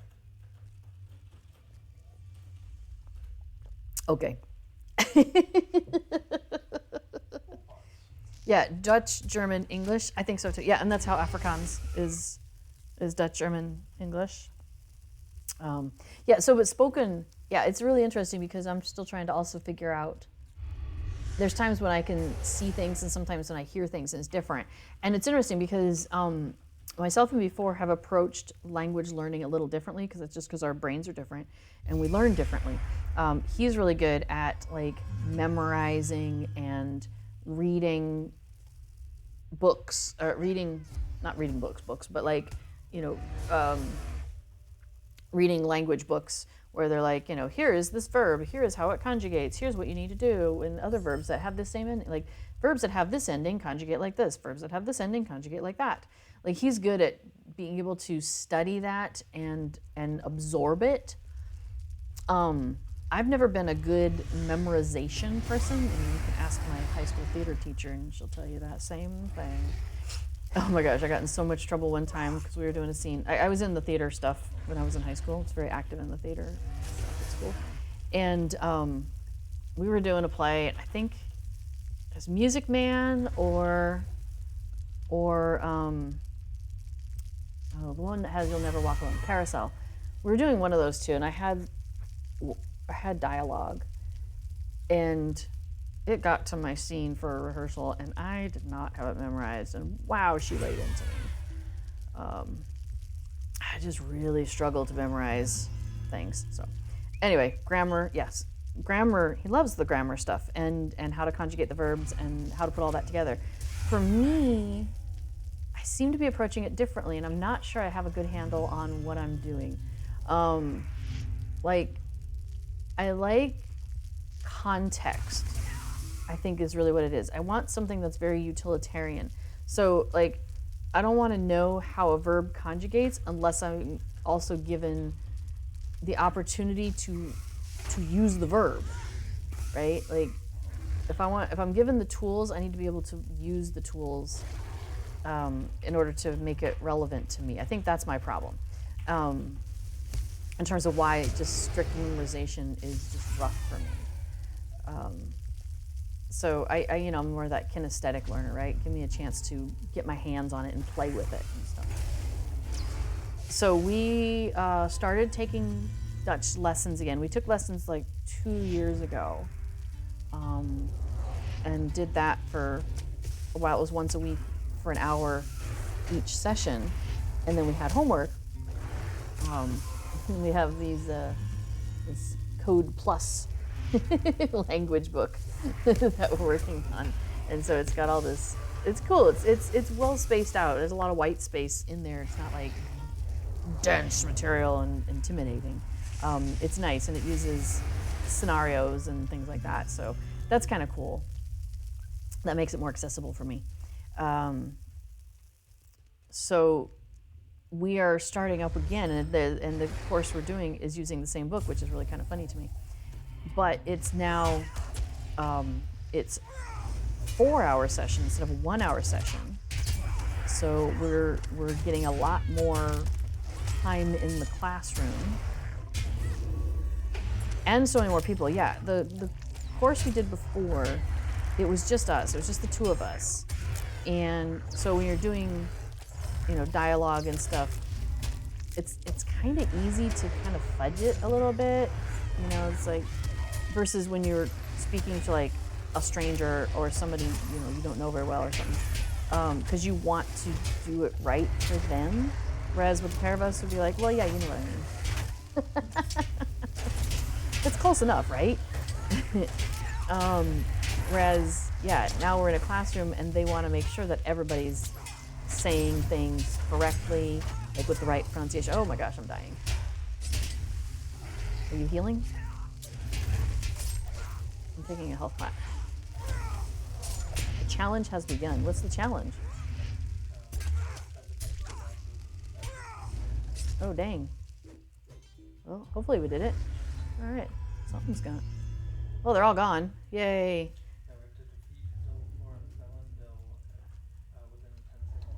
Neat. Okay, so I got relics. No, there's some relics on the side here. I'm grabbing one down here. There should be another one nearby, and I think there's one on the other side, because I'm also doing relics. When you go into some of these instances, they have some auto-bestowed quests that will pop up, and it can be it's a random assortment. There'll be like, a handful of them to choose from, and you get random ones from that. And when you complete them, you get credit, stuff. What am I gonna get? So there we go, I got 7 marks. I probably got some experience, but we're at max level, so that's okay. Maybe got some money. Some of these, you have to complete every one of those various things, every one of these various quests in order to complete like a wrapper deed. So it's possible that this will count towards that. I can't even remember anymore. Oh, okay. So the challenge is defeat Valandil and Dolvahal within 10 seconds of each other. Did we do it? Oh. Okay. All right. So we have to defeat these 2 bosses within 10 seconds of each other. Yeah. Let me put my fire oil or my light oil on here in case we need to do that. Okay. So anyway, so yeah. So the old class was just the 2 of us. 1 hour per session, 1 session per week.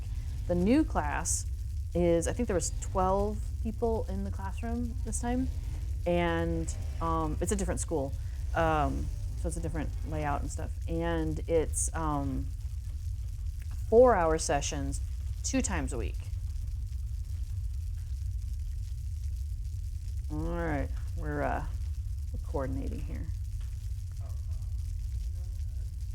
Okay, awesome. Oh, I should food up. I haven't fooded in like a long time.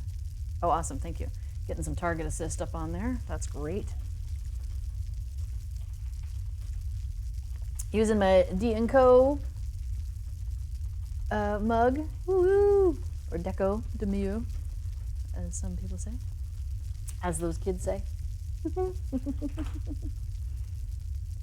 Okay. Oh, that's a good idea. Yep, so if we're attacked, because we need to take down both bosses within 10 seconds of each other or whatever. So if we're each attacking a different one, that's not necessarily a bad thing. All right, I'll look at Dolvahal. All right, here we go. Am I in? I just realized I may have gone invisible a little further out than I should have, so we'll do that. I am getting blasted with fire. Exactly. Burn it with fire. Okay. I will, yes. I'm dead. I'm too, the clicking is slow right now. Good luck. You can do it.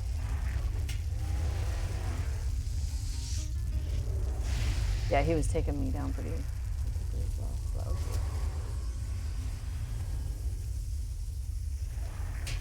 So anyway, so we're trying to do this Legendary Angmar. Okay.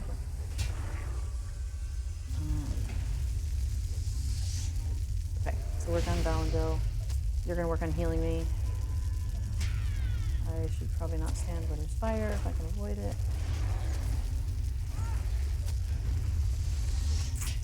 Alright, let's do this. Level 4 for dread. That's going to impact my health. A little bit of hope going there.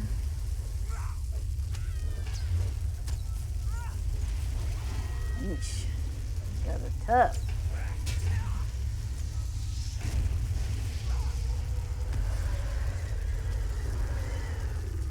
Oof.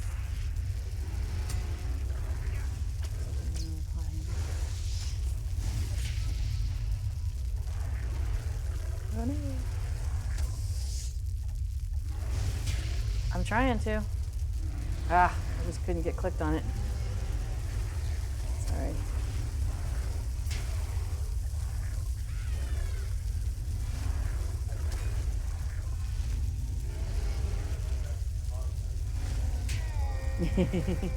Yeah. Yeah. Now, do we have to do the challenge in order for Legendary Angmar? Oh, okay. We just wanted to. Yes, challenge mode. Literally.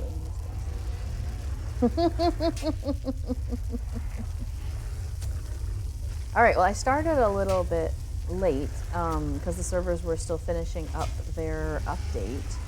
But I think we're probably getting close to the 2 hours here, I would think. Yeah, okay, there it is. This is 1 hour and 45. Neat. So we'll see. We'll stick around for a little bit, and we'll see how far we can get with this.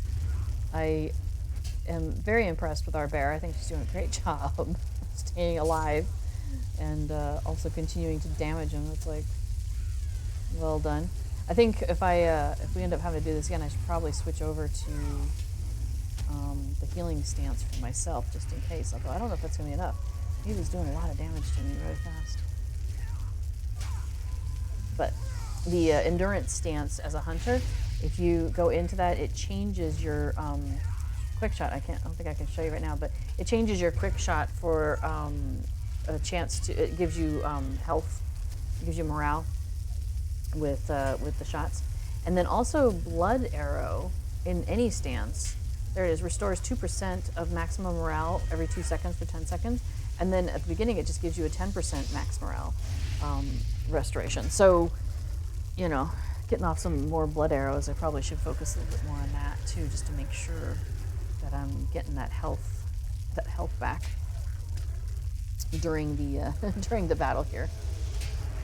So, anyway, so because we have class on Tuesday and Thursday mornings from 9:30 to in the morning to 1:30 in the afternoon.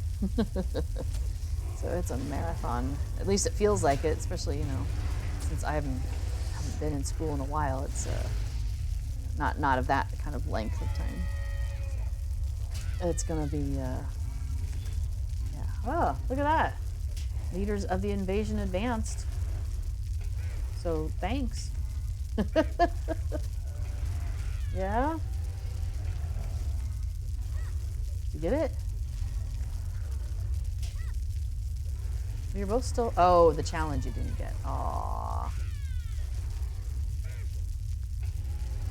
Yeah. They were not defeated together.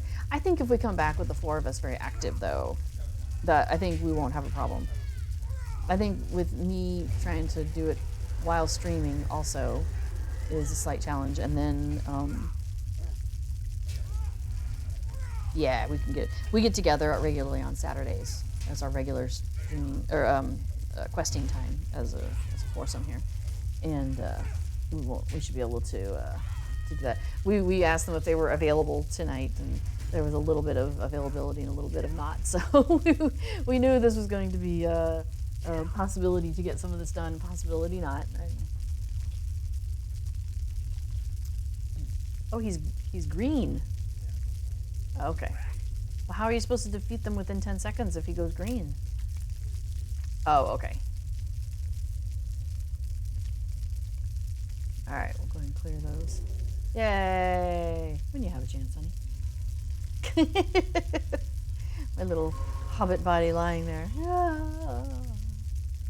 Oh, is that what was going on? He was deflecting everything.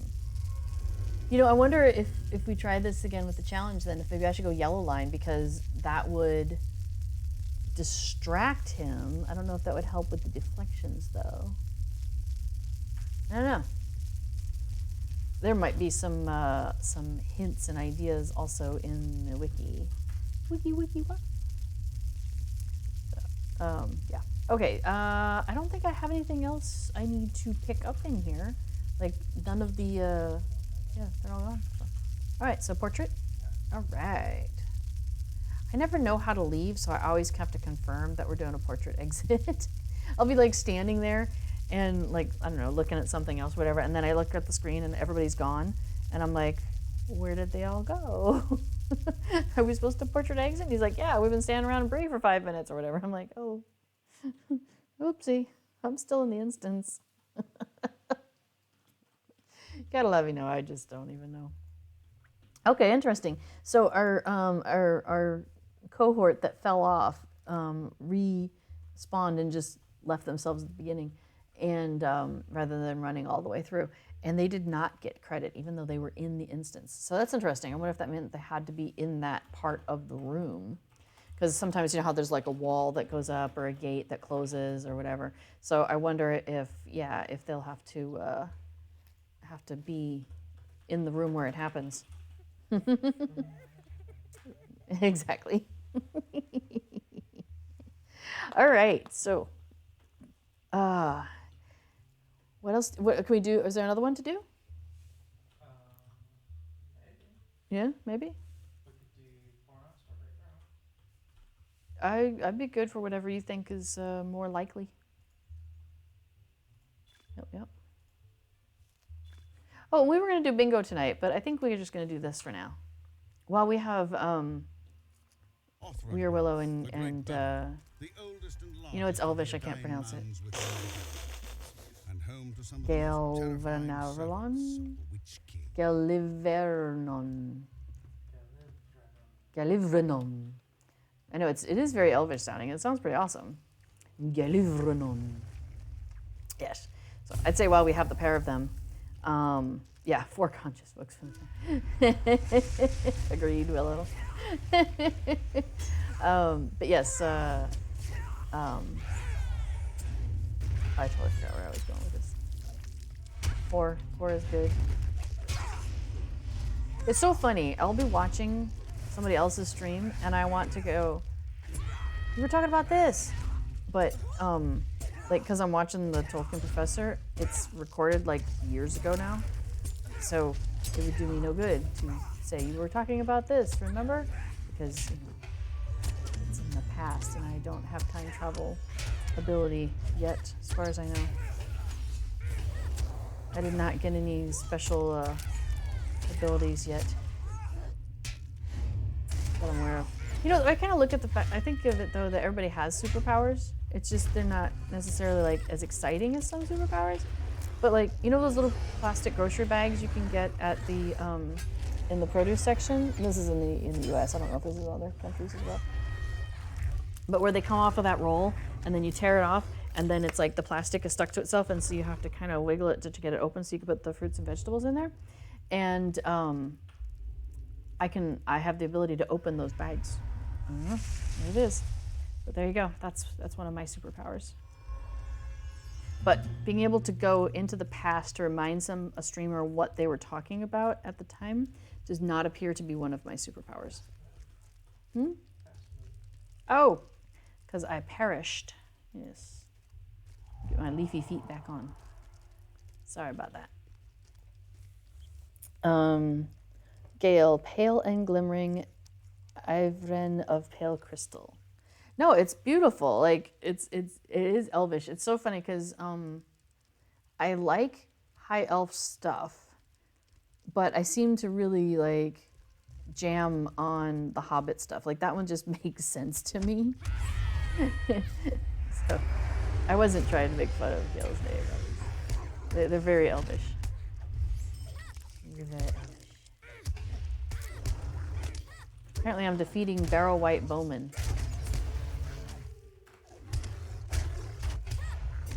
Yes, what should we name this town by the water? I don't know. It's by water. How about by water? Yeah, that's the funny thing is I was so I've come up with last names for my Hobbit creatures, characters. I mean, especially the 2 that are on Laurelin, they're sisters, and so they have the same last name, and they're from the South Farthing, and there's a lot of farms in that area. In fact, their family is one of a kind of a group of families that all work together on farming the land in that area.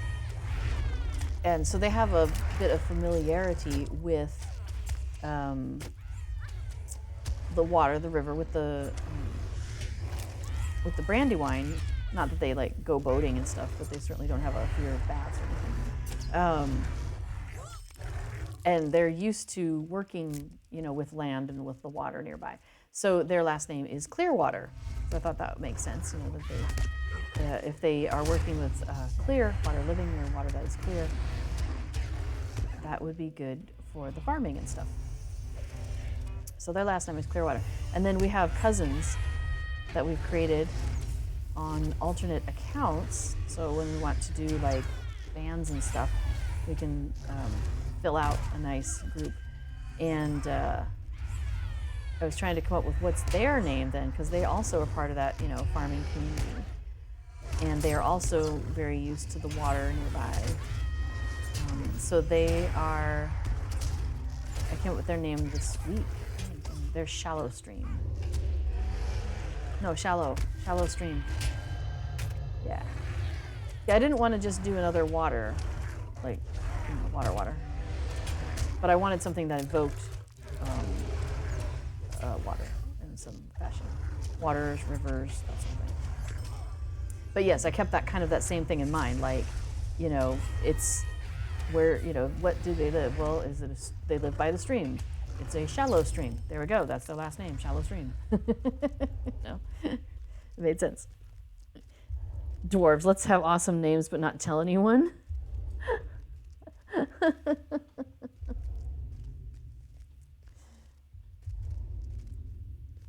That would be interesting lore that, wait, who has, like the Ents, they're like, you can call me Treebeard. That's not my name. That's what you can call me in your language, but my name in my language is, well, we'd be here a week. And I do appreciate that. It's like the naming of cats, right? They don't tell you their real name. Or isn't that also like a fairy thing? Like you don't get to learn their real name? The Rumpelstiltskin sort of thing?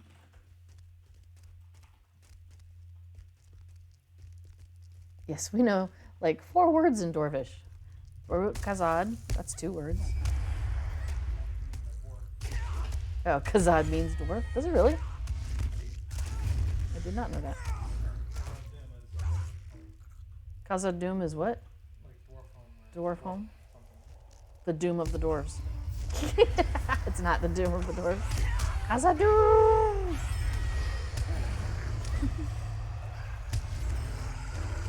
Yeah, because Moria is the Elvish name, right? It's Black Pit. Which is really funny that the dwarves call it Moria. Maybe, maybe they reclaimed it. Like maybe it was a slur although the elves and the dwarves were getting along at that time. So maybe it wasn't a slur. Maybe it was just a description. Oh, it wasn't after. Oh, okay. So he's saying they didn't call it Moria until after Burton's Bane. Okay, fair enough. Khazad ay menu. That's what they say when they want to order something. Khazad ay menu. Give me that menu. No. I tease my dwarven friends. Now I don't have a lot of dwarves. I have one dwarf that was the very first Lotro character that I started playing. I've mentioned this before. Was a dwarf. But he's still a dwarf. Like he hasn't changed. He just happens to be over on Landreval. So he doesn't get a lot of action these days. But occasionally I'll take him out for like a festival or something. Like, he spends a lot of time at home, but sometimes he goes out and parties. Normally though, if I'm gonna go and do any of the music events on Landreval, well, I used to take Narna. She's an elf. But then I've got Adamantia over on Landreval, and she's a hobbit, and so she's a lot of fun. She's a burglar. I'm so bad at playing a burglar. I'm terrible at it. So I don't play her very often, so she's not as high a level as she could be. I think she's like level 40 or something, maybe. I think that's just because we were questing with people and helping me out. So really, then I switched over to a hunter, because me, I love the hunters, and I wanted to play a high elf because the high elves are pretty cool. Like, have you seen a high elf roll when they jump off of something? So cool. And they have the dance. They've got the high elf dance, the dance 3, I think it is. So good. So, yeah, kind of jealous of that. So I just started to play a high elf, and so I've got, was it Arthaliel? Who I think might have been the original Arthaliel. Anyway, she's over on Landreval, and so I usually pull her out if I'm gonna go to like any of the musical events and stuff there. But that's where my first dwarf is. So Hackthil. Good dwarf name. So I wanted to be like Gimli. I thought Gimli was cool, right? And I was like, yes, I'm gonna go hit things, and I'm gonna protect everybody, and it's gonna be awesome. And I mean, Hackthil is cool. Don't get me wrong. He's a champion, and so like I said, styled him after Gimli. But I realized that I did not like so I was playing, oh, challenge just began. I was playing champion, and Affodil was playing a distance hunter, and I was very jealous of the fact that they were able to take things down so fast. Like, I was still learning the difference between DPS and tanking.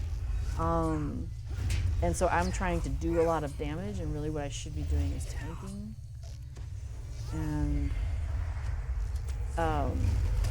so that was, or, you know, pulling and crowd control and whatever. So I just wanted to hit things, right? So that was a different, different thing that I wanted to do. And do dwarves have menus? Yeah, if the orcs have menus, the dwarves have menus. Like, the dwarves eat. They eat good stuff. They're very, like, voracious eaters, right? Like, they definitely get into it. Poor dwarves, they only have one word for menu. As opposed to, like, hobbits. Hobbits probably have as many words for meals and menus as, like, you know, the thing about how there's all these different words for snow. Like, it's probably like that. Yeah, you forgot to switch back to DPS mode. Our healer was still healing, I think. That's awesome. Are you sure? Yeah, I am sure. That's why I pushed the button. Please let me go. I don't feel like it needs to have the "are you sure?" because we have the induction, and if I was not sure, I could just stop the induction. I could jump up and down. Jump up and down. Whoop, whoop. Anyway, so Hackthul was fun, but I was jealous of all the damage that my paired hunter was doing. Oh, going to Fornost? Okay.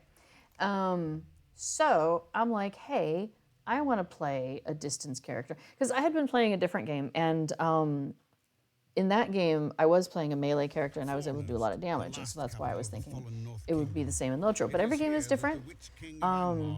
So yeah, it was just different, and I was like, okay, cool. So maybe I want to do distance. And I was like, hey, maybe I could be a healer, because I like healers. I like the idea of healing and stuff like that, and, you know, doing buffs. I had just come off of, we had been playing a Pathfinder campaign for a few years, and I had been playing a bard, and had been doing a lot of crowd buffing, you know, team buffing and stuff like that. And I thought, oh, that's really cool.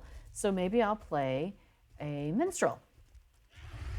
And so that was Narna, and she was the highest level character I had for a long time. She's also over on Landraball now. They started on a different server, but we moved into Landraball.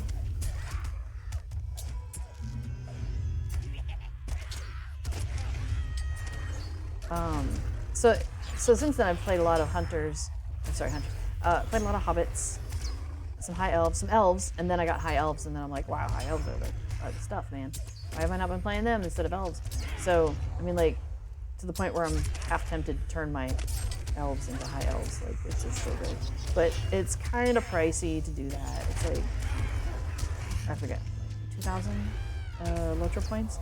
And, yeah. So, I think, maybe I shouldn't do that. Can you use Valars on Legendary server? Yeah, I think so, but it would only go to the cap of the server. So if I used a 130 Valar, it probably would just take me to the cap of the server, which right now is 50. So it'd be kind of a little bit of a waste. But, you know, hey, if you wanted to jump up, right? It seems like it would do it. I think it does. If, I don't know if Druid's Fire is still in the chat. I know she's popped by earlier. She's done Valars before. I've never actually done a Valar before.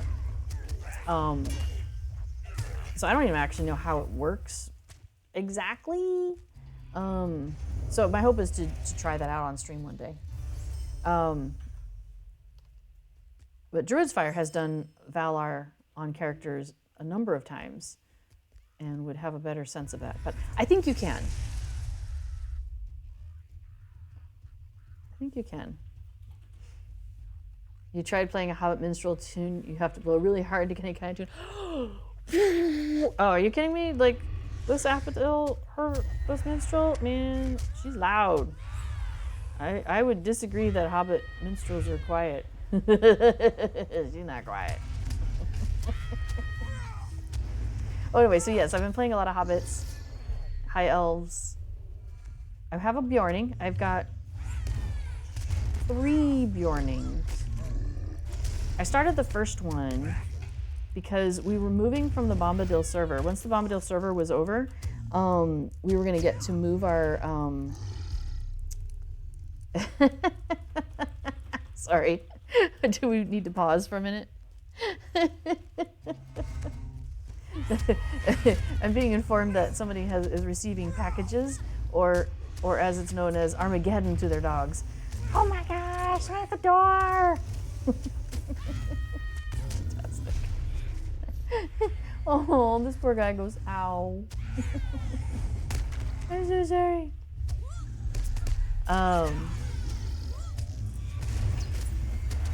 Yeah, okay, so I made a Bjorning over on Evernight because when Bombadil server was finishing, we were going to get to move our characters over, and I wanted to start playing with our friends that were already on the server and like get a house and all sorts of stuff before the character transfers were available. So I went ahead and created a Bjorning over there because I knew I was going to want one. So I did that. And then I threw away his original outfit because that's normally what you do. And then I realized his initial outfit was amazing and I wanted it back. And I didn't try Reclaim, but I doubt that would have worked. I don't know. I didn't try it. So I started a second Bjorning character just so I could get the starter outfit. Now, once I create a character, I put a lot of thought into their name and how they look and stuff. So I created the character, but I couldn't just delete her. So I had 2 Bjornings on Evernight. Only one of them really has gotten much play. Cloudberry just kind of hangs out at home. But Klaus is still out there partying occasionally. And then I created a Bjorning on this server on Treebeard because on Treebeard and Shadowfax, there are deeds that if you play a character at one of the difficulty slider levels, that you get a title when you reach level 50 and another title when you reach level 130. And then if you play the character at deadly or higher, you get not only that one title, but there's a second title that you can get. You get one of them at 50 and the other one at 130. So basically, I'm running all of my characters on the server on Deadly +0, is what I've been trying. And they are all working their way to level 50, some of them through just farming, like literally making crops. And so I can get the title, and then when they get to level 50, I get 2 titles. So I've created a Bjorning on this server, along with almost every other class, because each of those titles you can get is different. So there's like Apprentice of Scrolls and Apprentice of Shades or Apprentice of Bows or something like that. I'll pull them up here in a second. Cool. Rock it on. I'm going to open this small chest in the corner then. Yeah, Deadly does not apply in instances. So there's effects that we have when we're out on landscape that we are not receiving because we are in an instance, which is kind of nice. Okay, so if you go to your character screen, and there's a tab at the bottom, a button at the bottom, whatever, link, however you want to look at it, that is title. So you click on title, and that shows you all the titles that you have earned in the game. So, let's see. I don't think it's under crafting. Nope. Oh, it's probably, maybe it's under deed? Yeah, here it is. So, Apprentice of Arms. Now, it doesn't tell you which one it's from. So you just have to know, or it's probably on the wiki at this point. I would expect somebody will have added it to the wiki by now. The Lotro wiki is fantastic, by the way. It's all volunteer run, so it's players, like us, who go in and edit the wiki and add information, and it's fantastic. Lots of great information there. So I would bet that all of these titles and which class earns them is probably there. So, but that's some of the titles you can earn: Apprentice of Arms, Apprentice of Banners. That's probably the dude that has the dudes that follow him around with the banners. Captain. Apprentice of Bows. I think that was the hunter one. Apprentice of Claws. I think that's Bjorning. Apprentice of Runes. Pretty sure that's Runekeeper. Apprentice of Scrolls, though, surprised me. That's Lore Master. Okay. So I use the Apprentice of Scrolls title because it's an account-wide title. It goes to all your characters when you earn it. So I put Apprentice of Scrolls on my Scholar. Okay, I thought I was clever. Apprentice of Shadows. I don't remember which one that is. Apprentice of Song. Gee, I wonder about that one. Oh, Shadows is probably Burglar. Yeah, okay, that makes sense. So those are the ones I've earned so far. There's a couple I haven't earned yet, but I'm trying to earn every single one. So there's Apprentice. I think that is the difficulty, any difficulty or whatever. And then Disciple, I think, is if you're doing it at Deadly or higher. I could have those swapped around, but I think that's the way it is. So Disciple of Arms, Disciple of Banners, Disciple of Bows, Disciple of Claws, and all of those. So those are what you get at level 50. And then if I go to deeds, I'll just go to my deed log. Under I think it's class race epic, yeah, Adept of Bows. So if I get to level 130 playing on hard difficulty or higher, I'll get that one, and then what's the other one? Master of Bows. That's what I'll get for playing getting to 130th level playing on Deadly or higher. So Master and Adept. So that's kind of cool. Wiki could use a central place for all of those deeds and titles. I would expect there would be one by now. I think because people like Elderleth are really good about when things come out on the test server about snagging it and getting that information. I know she was updating a lot of the Gundabad stuff before Gundabad came out. So did you find it?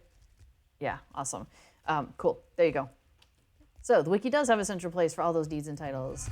Your wish has been granted. Ta-da!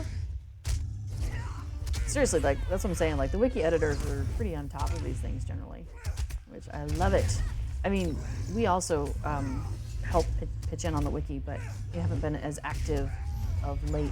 Man, when the Rohan housing came out, though, we added a lot of Rohan housing information. It was so good.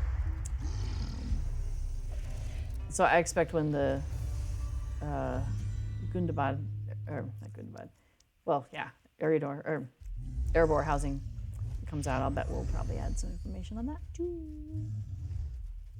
I should check with one of the higher editors and see if they want to go ahead and have a staging page for some of that. Anyway, there's a Discord server, which is great. And chit chat about things there. I haven't actually looked at the server recently. I should probably see if they're already talking about it. So that's what I mean. Like, I love the community, the Lotro community, how people will like take the time to volunteer to make sure that the wiki has accurate and up-to-date information, so that way we help each other out. Like, so good. And it's pretty straightforward, like the wiki is. Like they've tried to keep it from getting too clever in terms of, you know, how you organize the material. I mean, try not to duplicate efforts. So if you've got something where it's going to be used in multiple places, like there'll be something and then it's referenced. So that way you just go back and update the source material. So things like that, where knowing some computer coding helps. And if I can't figure it out, a lot of times I'll just ask somebody. Playing on difficulty, then having it turned off is jarring. Like when you go into an instance and it's not there anymore. And then you go back on landscape and it is there. Yeah, it can be wild.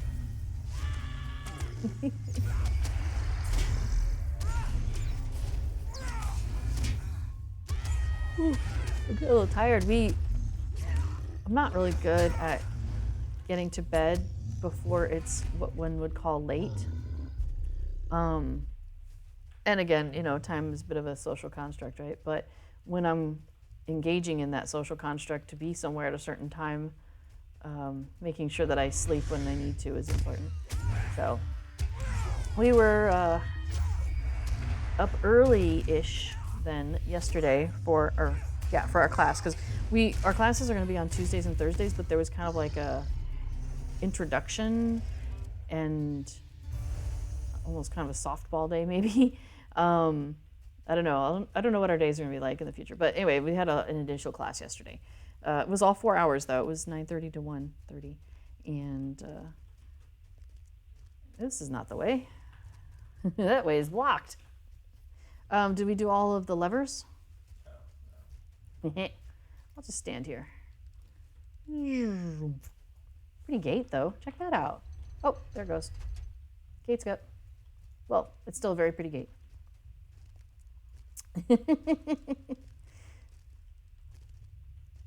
So anyway, I then of course was rather tired when I got home yesterday, and it was like, and you know how it is when you take on a new job or new project or whatever, your brain's a little fried afterwards. So there was a little bit of that. So I'm like, okay, cool. I'm looking forward to getting to bed. Finally got to bed yesterday, waking up, and I could not get to sleep. So annoying. I laid there for many hours. I'll sleep this way. Oh, I'll sleep that way. Oh, I'll sleep that way. Oh my gosh. So I did not get an awesome full night's sleep as I had hoped to after being so active during the day.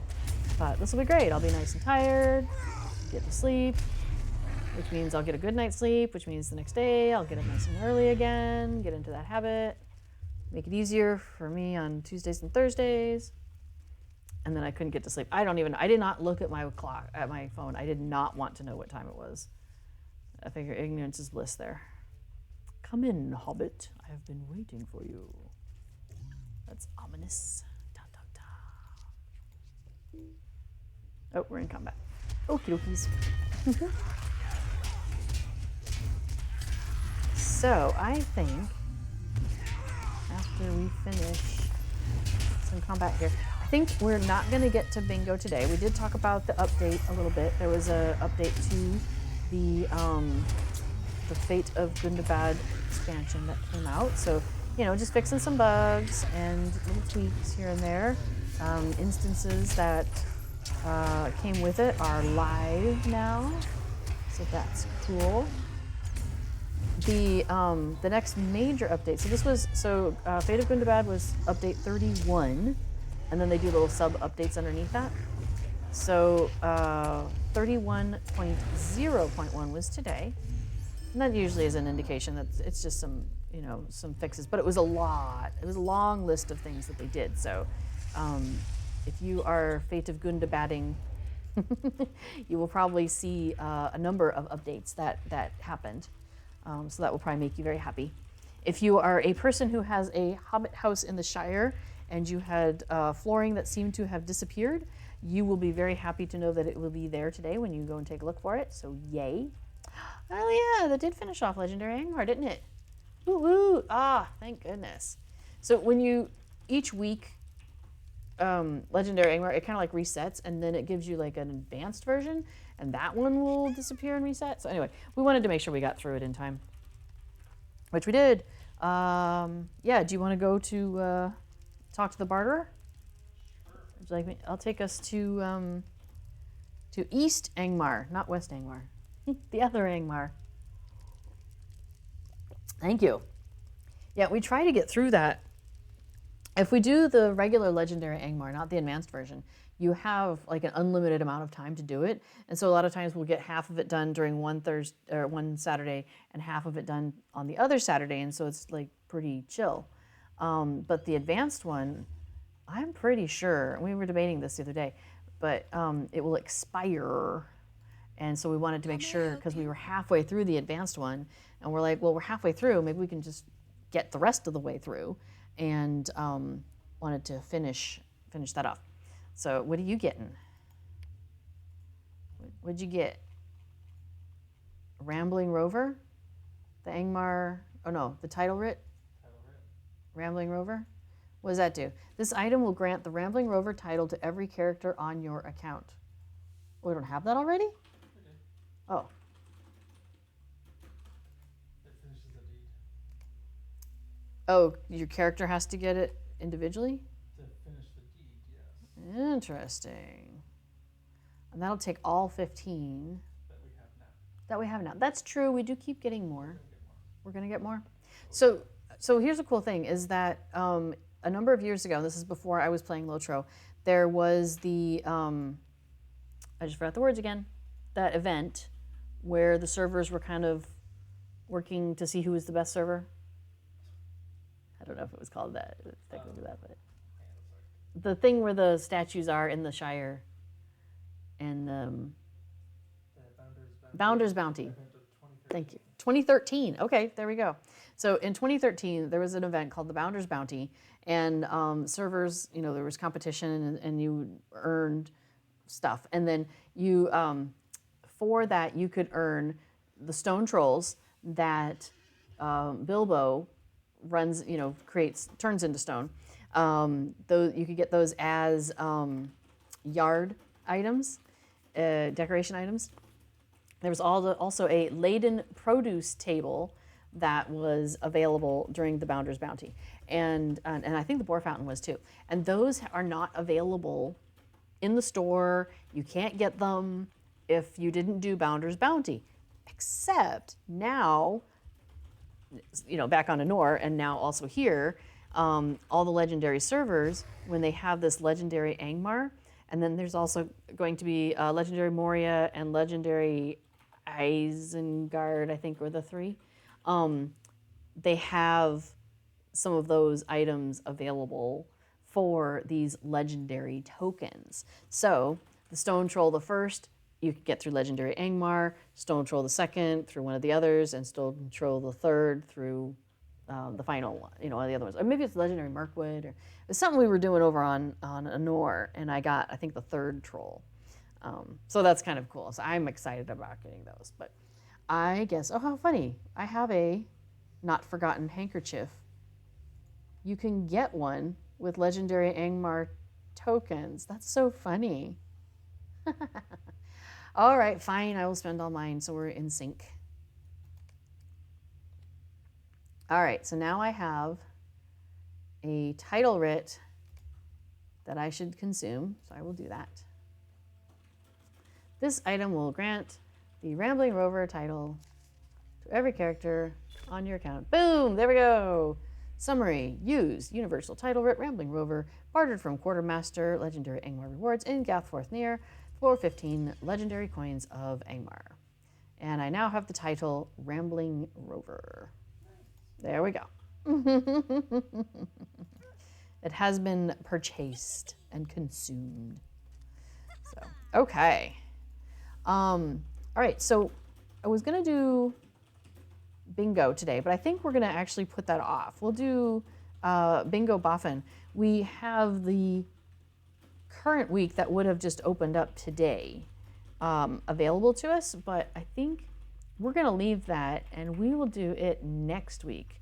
So yes, y'all are getting some bonus Heart of a Hobbit time already, actually, because I wasn't planning to stream in these parts of November because I was going to be at a board gaming convention in the United States, but we decided that international travel was not something we wanted to engage with at the time for multiple reasons. One of which being that it might have been, you know, with all the changing things happening, that it was quite possible, and it actually is possible, that, you know, one country or another that we would be traveling through, or destination, you know, going to or returning to from, returning to, would be, you know, you can't come from here to there, you can't go from there to there. And so we would be stuck on one side or another. And that would be less than ideal. So we like to be home, and we didn't want to not be able to come home. So we decided that traveling internationally, that and many other items, was probably not the best thing to do right now. So we are doing questing and things here in November that I was not expecting to do. So there you go. You got some bonus Heart of Hobbit time. So this is the 18th of November. If we skip ahead a little bit, in December, the first weekend, the 2nd through the 6th, is Hobnanigans. And so we're going to be testing out this that toolkit that I have, because I'm very curious to see if Hobnanigans tokens counts. So we'll be testing that out and finding out if we get bonus tokens or not for playing Hobnanigans. And then, Zakiwis, good to see you. Thanks for hanging out in the chat. Have a good night.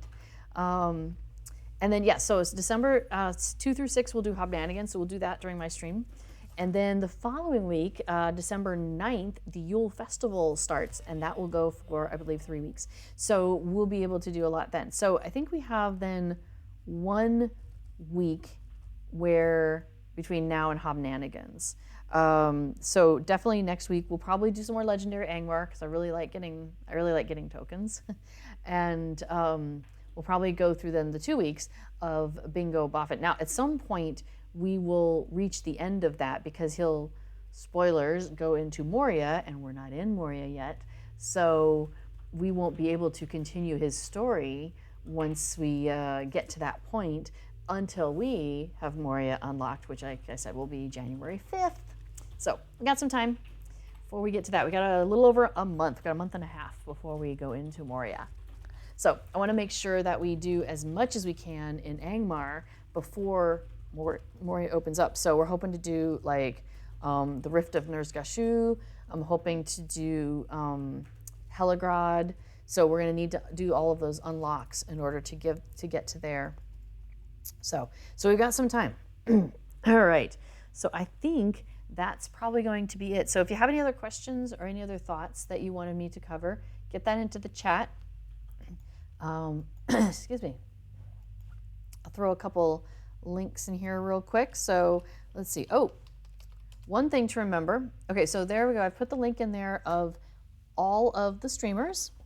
So if you ever want to follow somebody or find out when somebody's going to be on, you'll want to, that's a link that will take you to the calendar. One link goes to the calendar and one link goes to the social media links, or at least our Twitter links. And you can usually find the rest of them there. Extra Life is happening. So if you do want to get in on any of those bonuses, any of the drawings, any of the community loot list, you'll want to get your donations in before the 22nd, so by the 21st, by the end of that day, I believe. So you'll want to get that going. And what was the last thing I was going to say? Actually, oh, the get ready, the code. There is a code, go ahead, that if you have not put it in yet, you'll want to do that. This is only good till the end of the month.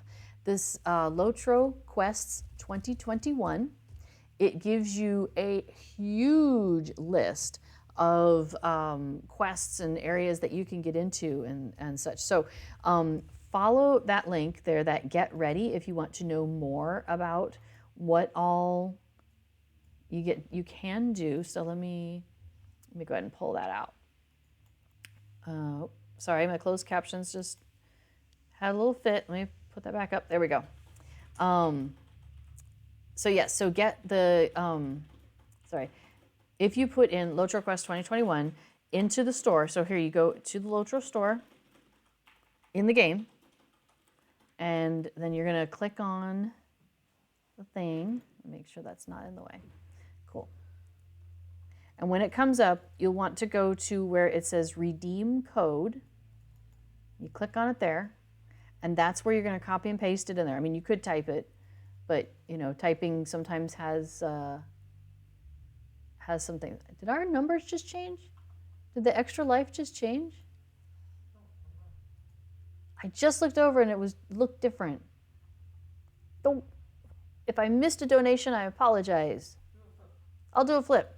So, so every donation that we received during the stream, in the game, I did a Hobbit flip for you. So here we go. I will do a Hobbit flip just in case we received a donation. Here we go. Let me zoom in here. All right, flip. Woohoo! Little Hobbit flip. Ta-da! Awesome.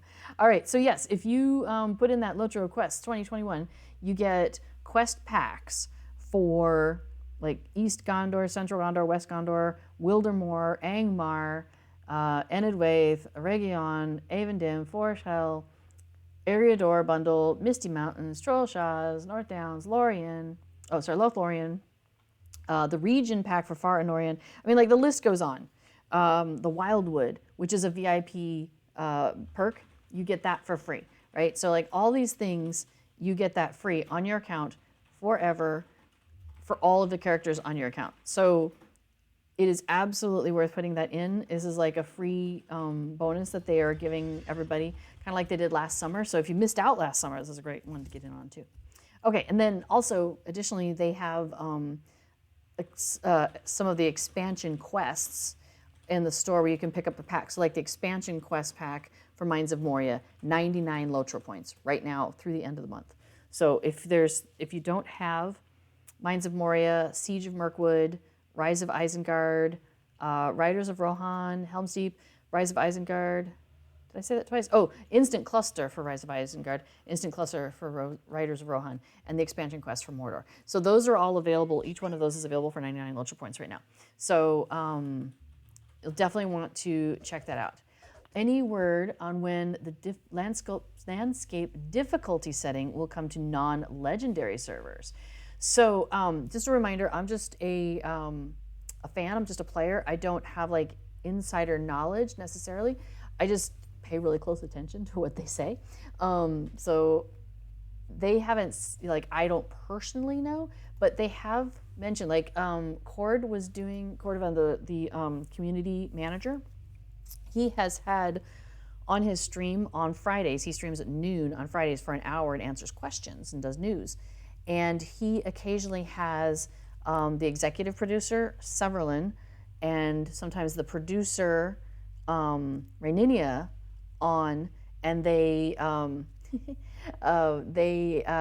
he'll interview them and ask questions and answer questions. So I think it was Severlin who had said that they might bring it to the live servers. That's what they call them, the live servers some days on non-legendary servers. They wanted to test it out kind of here with Shadowfax and Treebeard, and I think kind of see what adjustments need to be made over time. So I would guess, like, just knowing the way that software engineers think and the way that, that whole programming thing works, I would guess that they're going to want to wait and see, because Shadowfax is going really fast, right? Shadowfax is going up to the next expansion every 2 months.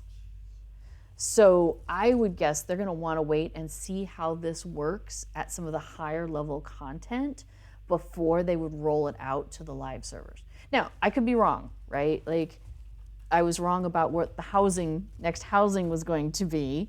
So it's possible I could be wrong. But that would be my guess, is that they're going to want to keep testing it out and wait till we get some higher level content and then see if there's any issues that come up, to see if that, if something is like, oh, hey, we should have done this or we should have done that, or, something like that. That'd be my guess. So, but I know it's not planning to go away from these servers. And like, it's not even on Anor, which is the other legendary server, right? And I haven't heard them mention anything about taking it to Anor. So I don't know if Anor will never get it, or if it would get it at the same time as like live servers get it, assuming that they do take it to the live servers. I don't know, right? They didn't actually get into that detail. So that would be a curiosity. I think they have an interest in taking it to the live service. And I can tell you, I'm having so much fun playing at Deadly plus 0. Like, I'm loving it. I really, really love it. To the point where I don't think I would want to have my main, like, the most of my time. Yeah, it makes instances feel easy, that's for sure. But I don't think I would want to go to another server again, like go back over to a live server and play there a lot, which is really funny because that means I'm missing out on Mordor, I'm missing out on Gundabad, like I'm missing out on all these things because they're not here yet. I mean, I think I figured it out, it would be here like 2026 or 2027 or something like that by the time we're gonna get there. That's okay. So that's a great question, Darkside.